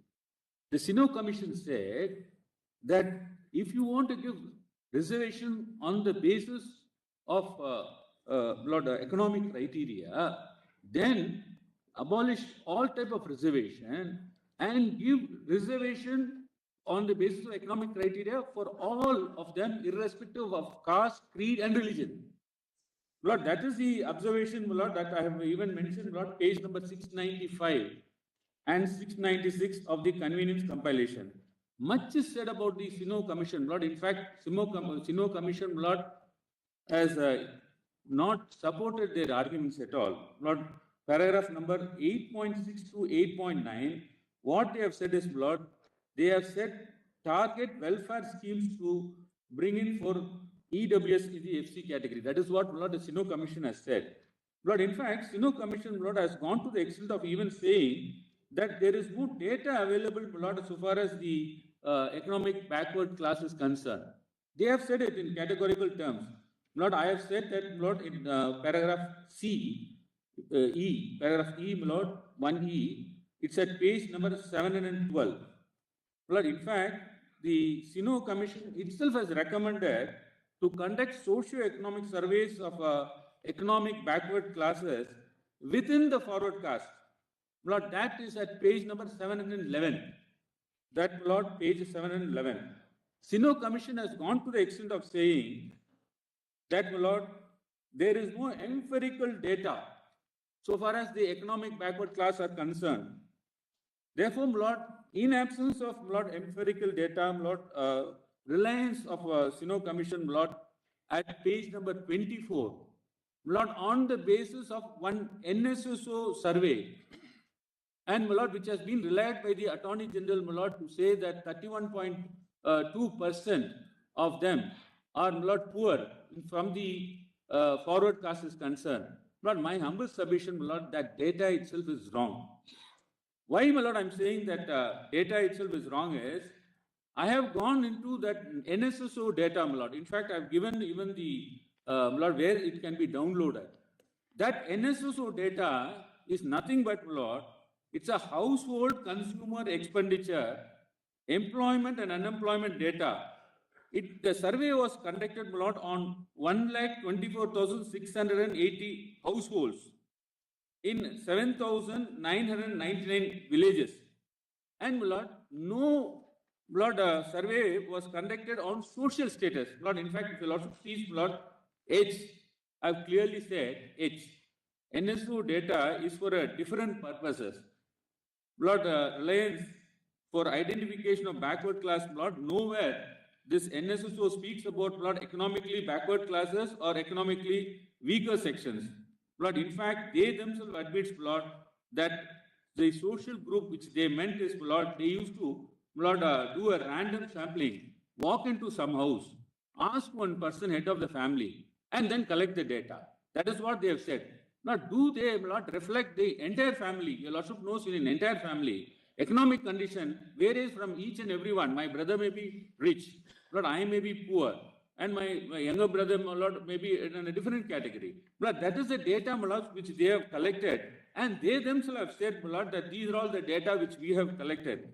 Therefore, my Lord, my humble submission would be, so far as reliance of the Sino Commission, my Lord, and the data, my Lord, which it relies upon NSSO, my Lord, is not going to help them in any way, my Lord, for bringing in this reservation. The Lord knows for any sort of reservation, this court has been, my Lord, very categorical that you should need an empirical data. When Sino Commission itself admits that we don't have any empirical data insofar as the economic backward class is concerned, how will you justify your economic weaker section data is concerned? Because your affidavit, your counter affidavit, your arguments Everything, my lord, relies upon the Sino Commission. Sino Commission, in fact, relies upon NSSO, and NSSO makes it very clear this is not one which relates to a social status or for a EW's C or for a backward classes. That's what it's very clear. Then, my lord, my humble another submission is about the compartment theory. My lord, one of the arguments, my lord, of learned Advocate General is that Attorney General is that this is a watertight compartment. The reservation is given insofar as the one compartment, they can't seek reservation from the other compartment, my lord. And the 10% they say, my lord, is an exclusive reservation so far as the forward caste is concerned, that is EWS. My lord, my humble submission would be, my lord, this compartment theory, my lord, enunciated by learned Attorney General, my lord, cannot be correct because your lordship knows, my lord, the backward classes or the scheduled class and scheduled tribe, they can even compete in the open category. In fact, I have given the citations also, I will not trouble your lordship by reading that. Then, your lordship knows, that your lordship can see, the two judgments, Samatha Andolan Samiti, as well as, this Tirupari Saran, where, they say that, competing in the open category, they can't be even counted, in the reserved category. That is what it says. Therefore, this open category is meant for all. It cannot be counted, towards their quota. Now, one of the argument is that extraordinary situation, arises. What is extraordinary situation? Now, if a lordship sees Sino committee, they never considered, or dealt with an issue of an extraordinary situation. Or, the bill has dealt with an extraordinary situation. In fact, due to the economic growth, the poverty has reduced. In fact, after the judgment of Indira Savani, the judgment in J.C. Lakshman Rao Patel, they have made it very clear, what is that extraordinary circumstances? They mean, cut off from the mainstream. Here, they are already in mainstream. They are already in mainstream. That is what the finding of Indira Savani's case. And where is the question of, the extraordinary situation being raised? Therefore, my humble submission would be, that argument, of extraordinary situation as arisen is only, on the air. It cannot be seen in paper, no data, nothing. Sino Commission doesn't say so, bill doesn't say so, and therefore, this argument, cannot be accepted. This Sino Commission was very mysterious, I should place this, because this is the order of this court, I'm going to take your lordship, how the Sino Commission surfaced. Yes. You have limited time. Yes. Why? I have said, yes, I have said why it was kept, as a secret document. I have given the page number also, this court has recorded that, in another case.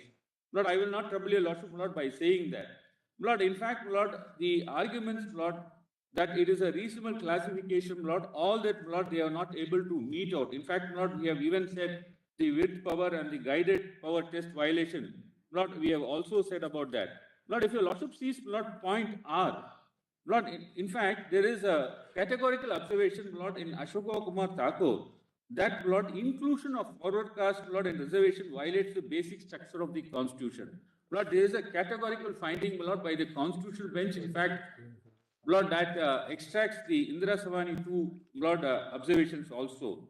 In fact, I have given data in Annexure C as to how this rightful share in government jobs is still a distant dream. And the persisting rampant discrimination is happening. If your lordship sees Annexure C from page 15 to 26, I will only show one data that is at page number 18.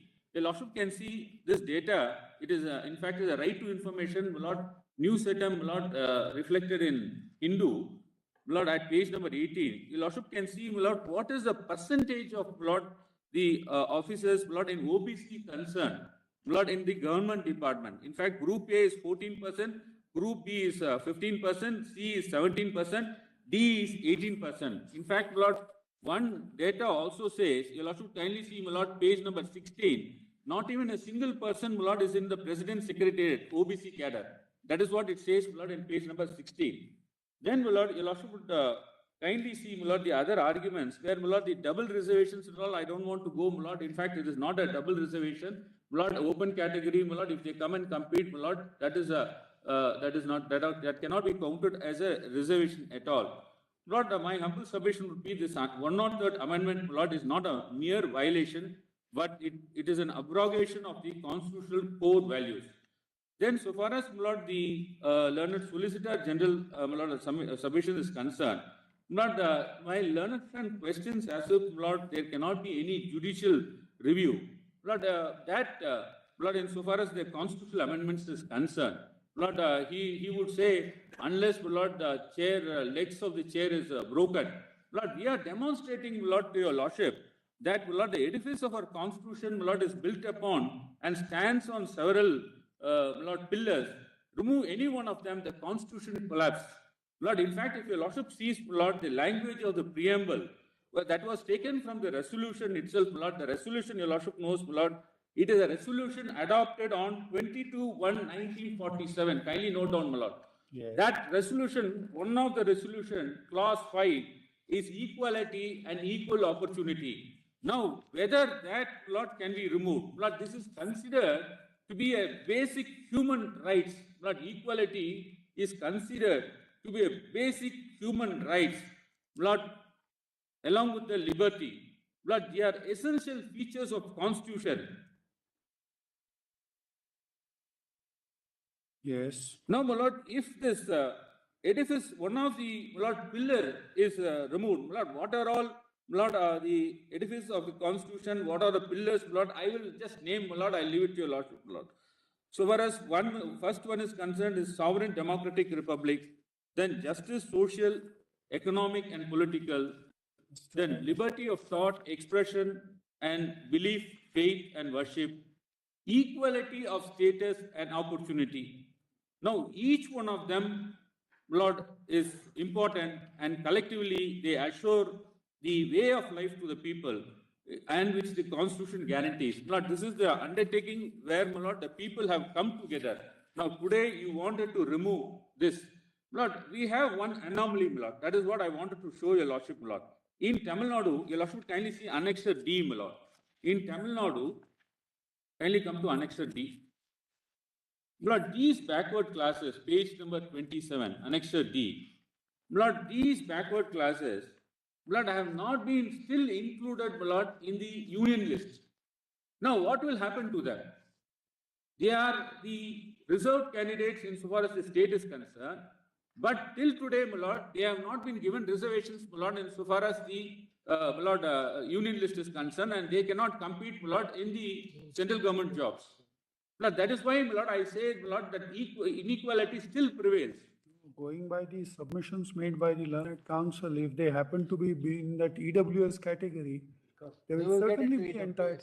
Lord, that is what, Lord, they will say, my Lord, that it will go into the EWS category. But if your Lordship sees, my Lord, that creamy layer also will come into force. Lord, the Creamy layer will also be entitled Yes. in the open category of 40%. yes, Lord, I just pointed out, Lord, what is the You are right, difficulty. but that Yes. argument doesn't take us further. Yes, Lord. Now, my Lord, if your Lordship sees, my Lord, I will skip that, my Lord. Now, if your Lordship sees this controlling article, I will come to this controlling article. Lord, I was talking about. Mr. Wilson, you are eating into everybody. No, my Lord, I am not, my Lord, still I have 10 minutes more. Yes. Yes. Lord, so far as I'll finish, I'll complete it, Lord. Yes. Lord, so far as this 8 lakhs criteria is concerned, Lord, how there is no controlling. Lord, in fact, this Honorable Court, Lord, has recorded as the events, Lord, how they came out with the office memorandum and how the writ petition, Lord, came before this Honorable Court challenging that 8 lakhs criteria. Lord, I've said in paragraph G, H and I.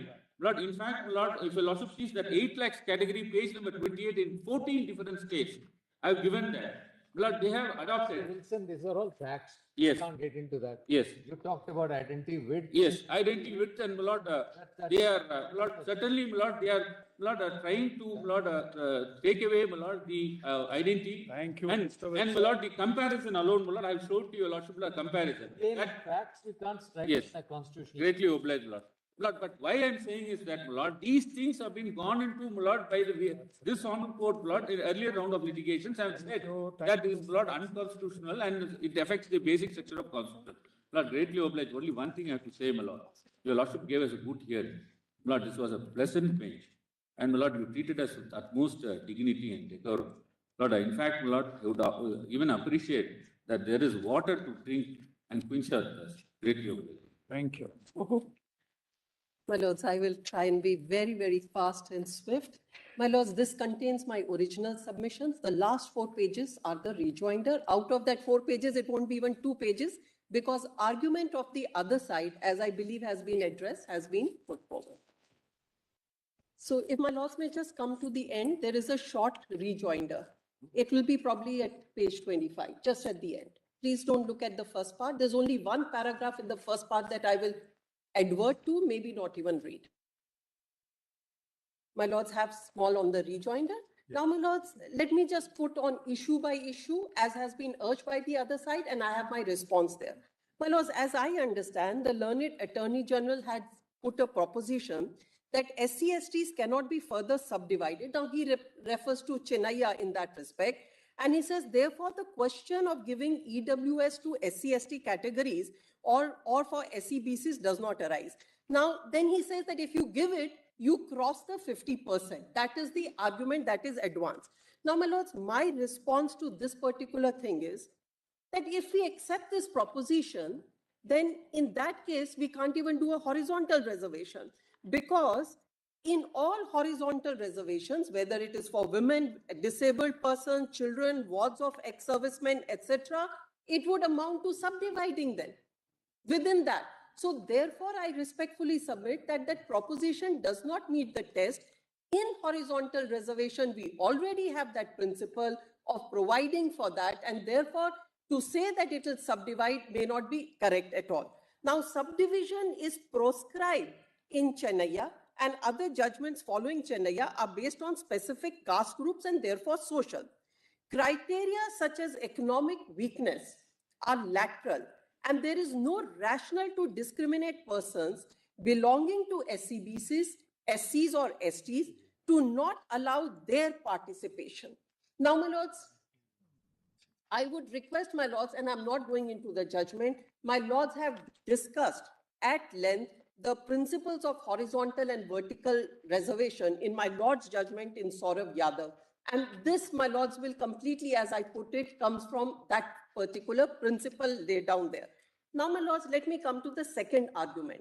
The argument that was advanced was that basic structure doctrine, as in Indira Sani 1 and Indira Sani 2, and other judgments is of no relevance because they do not arise in a context of challenge to a constitutional amendment, and no basic structure test could have been employed while dealing with an office memorandum, which was the case in Indira Sani's case. Now, my lords, a paragraph from Bhim Singh judgment of Justice Y.V. Chandrachud, as it then was read out.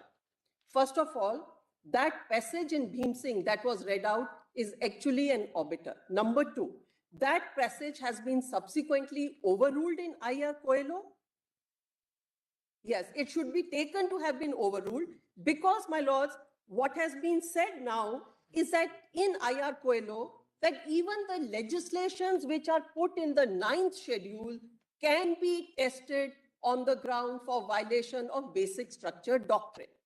And lastly, taking I.R. Coelho and Madras Bar Association, my lords have held, particularly also in I.R. Coelho, march of law. So therefore, precedents and law that has been laid down by this court in Indira Sani is a legal position that tests the basic structure doctrine, and it cannot be said that merely because it was decided in a context of an IO, it cannot be said to be applied to the present amendment. I hope, my lords, I have made myself clear, because I am, and my lords will find this Madras Bar Association paragraph extracted here at page number 18. It's only for the convenience of my lords. I've extracted that particular paragraph at page number 18. It's the last few sentences of that paragraph, about 10 lines from the bottom, which lays down the structure after recording arguments on both sides.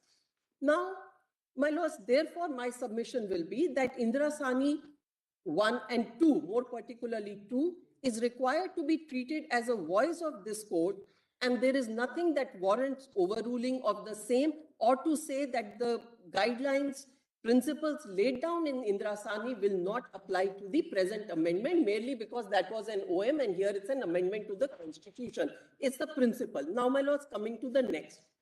My lords, it was debated across and also urged by, I believe, by the learned Attorney General that alternate facts and figures cannot invalidate a constitutional amendment, and this court cannot go into facts and figures for the purpose of invalidating. My simple reply to that is, my lords, it's a very well settled principle that the test of constitutional viris is dependent upon its impact of the state action. It's not based merely on the statement of object. How it impacts finally is the test that lords will apply to test the constitutional viris. Now, it will not be merely because it sounds that very well we are providing.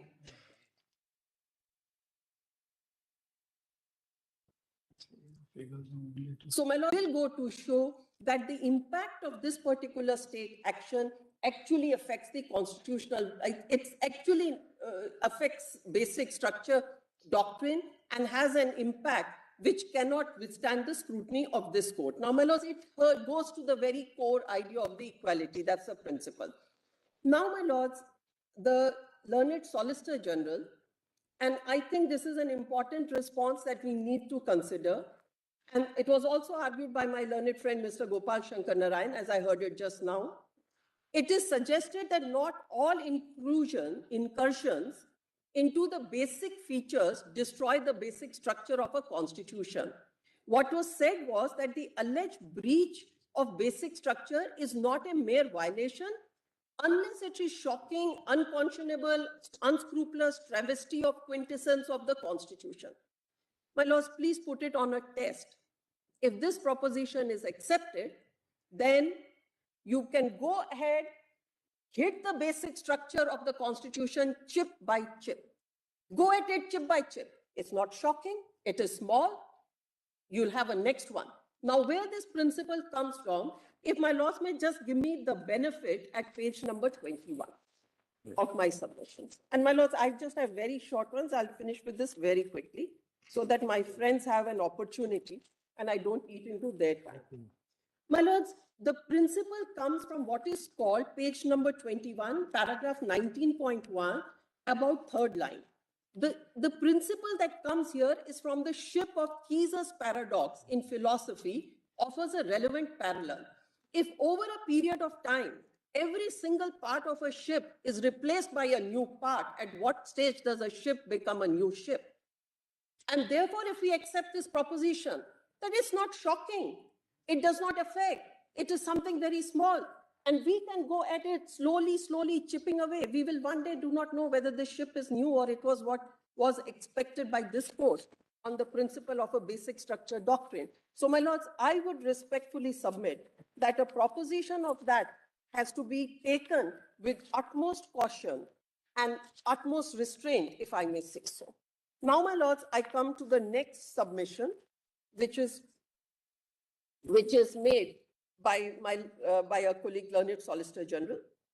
The primary argument that is said was that the Constitutional does not allow for migration of SC/STs, who are the most backward, to vertical reservations created for SC/BCs, which are relatively less backward. Now, Constitution can create another zone of affirmative action. This is the argument for EWS category, which exists outside the fold of pre-existing reservation. My lords, I would respectfully submit that first of all, we are not here in this matter and we have not tested that principle of migration of SC/STs into the OBCs. There is no argument that is advanced. It is an area that should be left at the time when there is an issue that is raised. Having said that, in any case, in R.K. Sabharwal and down the line, my lords have recognized that while there is reservation for SC/STs and OBCs, that does not prevent them, whether it is under 16.4 and 16.4a, to move into the general categories if they are so meritorious. Now, if migration there from the reserved category to the general category is permissible, now this is taking back to EWS, which excludes other than classes mentioned in clause 4 and 5 of 15 and 16, apply the same test then there. Please consider it that we are then, people are only, there is a limited, I have already argued it, I'm not reiterating. Proportionate reservation is never envisaged under 15 and 16. Only area where proportionate reservation is envisaged, and I think there my learned friend should have pointed out, Mr. Gopal Shankar Narayan, is under 343D and 343D. That is where reservation for scheduled caste, scheduled tribe is proportionate to their population in a constituency, but not under 15. Now, if they are not proportionate, their representation within the reservation class is small and limited. There are many which are left out. There are many which are left out, which may also be eligible under EWS. So therefore, to exclude them by saying that no, there is reservation for them, will be actually failing the test and failing even the test of R.K. Sabharwal, which recognizes that you can be considered under the general category. Now, my lords, very, very quickly, there is an argument that is suggested that exclusion of EWS from EWS is not that of caste, but that of classes who are already receiving the benefit of a special provision. Now, my lords, in this, my reply is, this argument is completely fallacious in my respectful submission. The reservations have been made only for adequate representation and have not been given in proportion to their respective population for each group. Therefore, even within those classes receiving the benefit of reservation, the individuals within the same group, despite being recognized as backward, are unable to receive the benefit. There is therefore no justification advanced to discriminate against them, particularly on an economic criteria, which can only be a lateral consideration. Now, my lords, is just I'm just moving on. Then, my lords, then there is an argument on a breach of 50% limit. My lords, I have in paragraph 24 dealt with it in detail. I'm not going to take the time of my learned friend, but here I have only one submission. Learned solicitor, Learned solicitor handed over this particular thing saying that there has been an increase of seats, etc. Please, my lords, we cannot forget the fact, whatever be the number of seats, the principle of reservation as envisaged under 15 will apply, and it is not the case made out by the government. So therefore, it will be 50, 40, whatever percentage will apply to these seats. So there cannot be that we have increased the seats, so therefore we have another 10%. Lastly, my lords, there is no mention under 16, whether there is a job opportunity. This is only in the education sector. This is my last point, and this is on the doctrine of severability. I accept the argument advanced by my learned friend on severability. I believe that if my lords were to uphold this, the deletion of the last portion, other than classes mentioned in clause 4 and 5, will serve the purpose. And this principle, my lords, it may not be reading down principle here. I have dealt with in my submission. It might be on a severability. And here, my lords, I place that judgment of Hiralal Hansora versus Kusum Hansora in the domestic violence case, where my lords applied the same test of severability and deleted the... Thank you. My lords, can I have just one thing, just one line, only one line? My lords mentioned about the guardrails for so far as the economic weaker section is concerned. Now, my lords, when the principle is a single criteria of economic backwardness or an economically weaker section, then that cannot be applied differently to different segments of the population. The guardrail is only one, economically weaker. There is no other guardrail.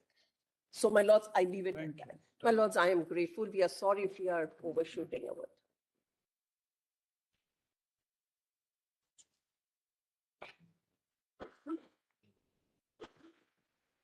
I am making 4 points very quickly. I'm trying to finish it, my lord, in 5 minutes.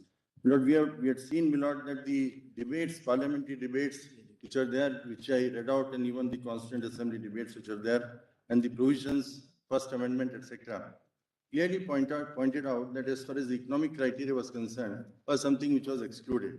It was not taken into consideration. Actually, have only the economic criteria, in my humble submission, cannot be the basis of the basis of structure, my lord, which sustains the constitution.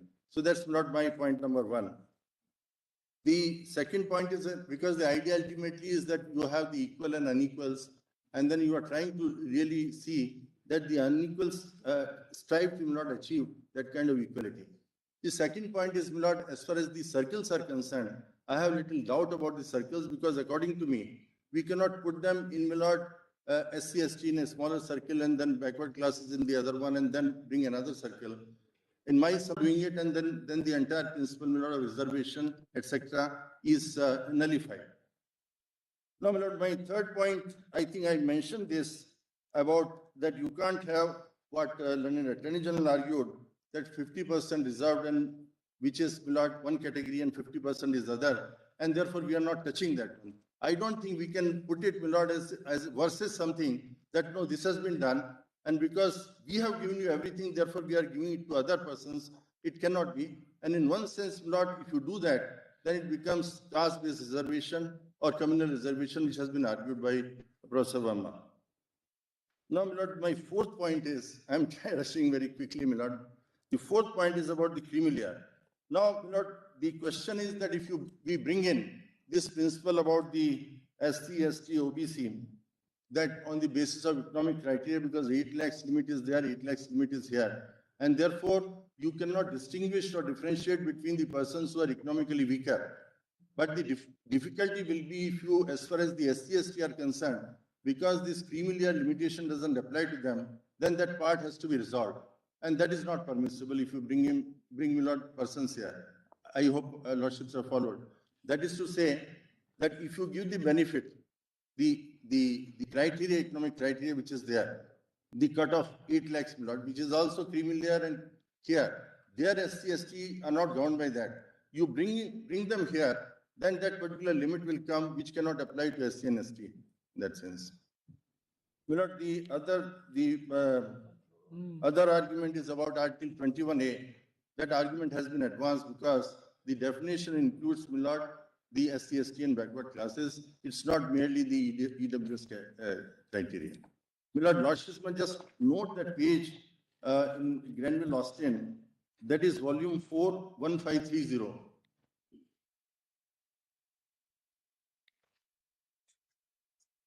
I am not giving the pages, my lord, of Indira Sani and other cases, but I am trying to, my lord, say that shift the position from economic criteria to this one of social backwardness to economic criteria.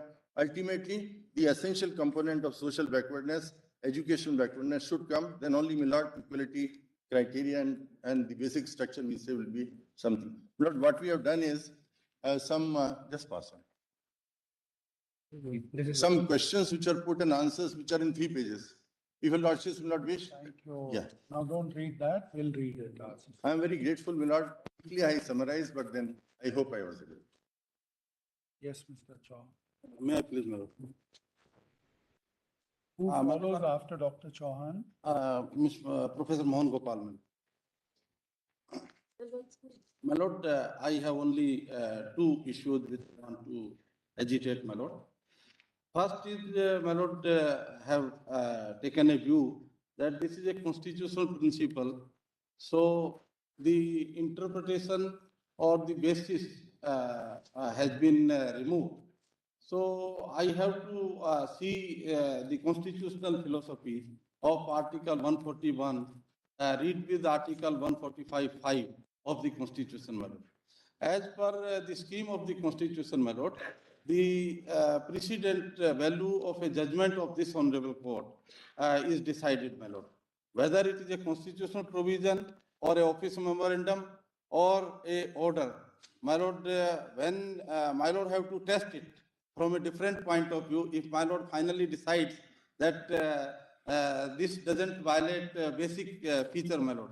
So my lord have to respect the larger bench of Indira Sani, my lord, because that principle has to be respected and there should be discipline. Because my lord, in Nagaraj, when Nagaraj was argued, I have raised this issue, but Nagaraj was not referred to larger bench.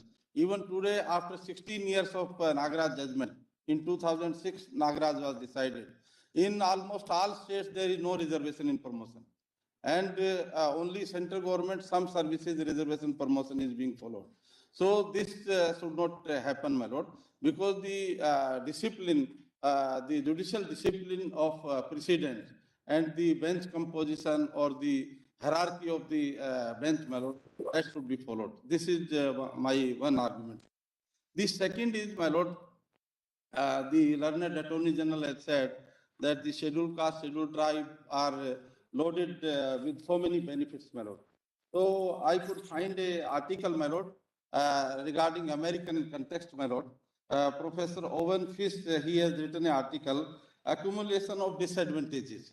So this article basically, I want to read for a purpose, my lord, because he has defined that those people who have been historically disadvantaged group, they can only be classified, and their subjugation should be continued, my lord.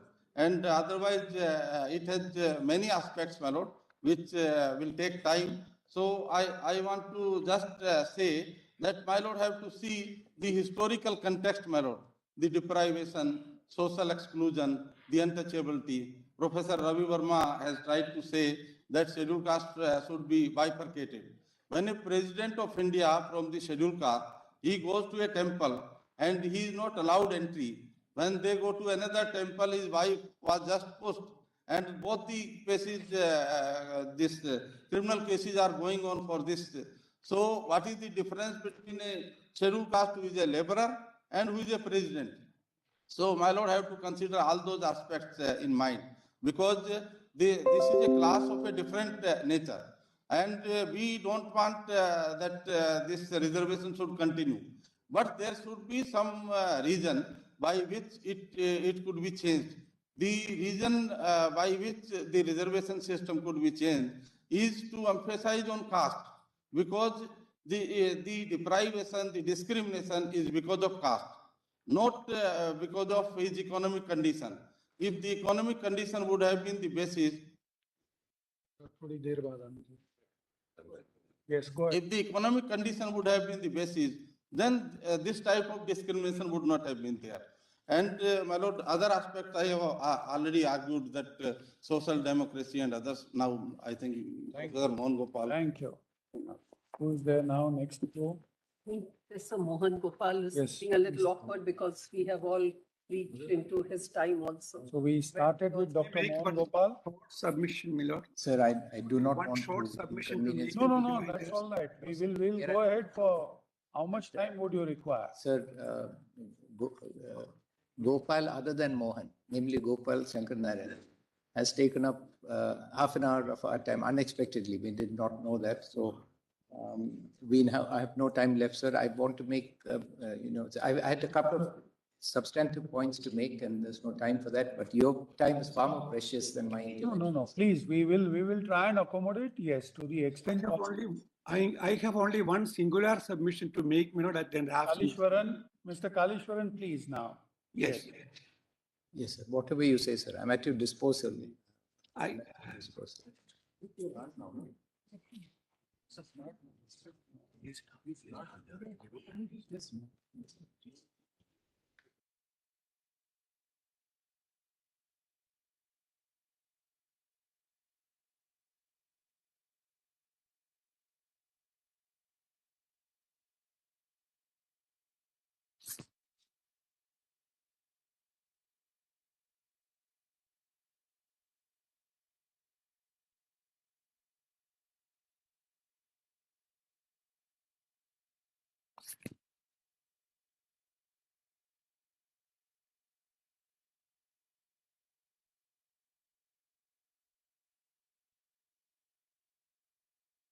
Or rather, Dr. Mohan Gopal, Yes, sir. give you half an hour after lunch. Yes, sir. After lunch, and that's the last word in the matter. Yes, sir. Mr. Kalishwaran, whatever you wish to say, next 5 minutes, sir. Yes, I can. Can I do it now, my lord? Yes, right now. Yes, my submission is only this, my lord. I just wanted to make a rejoinder with Yes, sir. respect to this already provided for argument advanced by the learned Solicitor General and by the learned Attorney General. The already provided for argument, that is to say that you have already given the 50% is not a valid argument for two reasons. Number one, my lord, as this is what was pointing out. The fundamental rights, my lord, are always individualistic and it is not a class right. Therefore, to say that OBC or SC or ST is given the benefit of reservation as a class is not an answer, my lord, when the fundamental right violation is alleged. Again, my lord, this was dealt with, this fundamentality or the individuality of the fundamental right was specifically dealt with in paragraph 108 of Puttaswamy, 2017, 10 SCC, page 1, at paragraph 108. But one single sentence answers it all. This is the sentence I quote.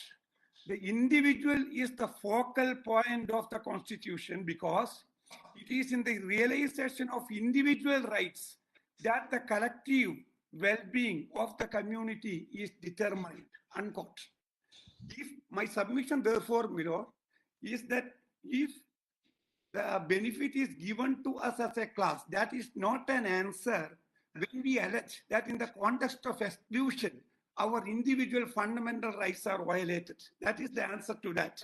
Therefore, Miro, I would therefore also say that if in Puttaswamy it was said that if individual is the focal point of Constitution, I would respectfully try to place with your lordship that what is focal point is also part of basic feature of the Constitution. Therefore, this violation of individual fundamental rights can also be termed as an infringement or as a violence to the basic feature of the Constitution. This is my submission on that.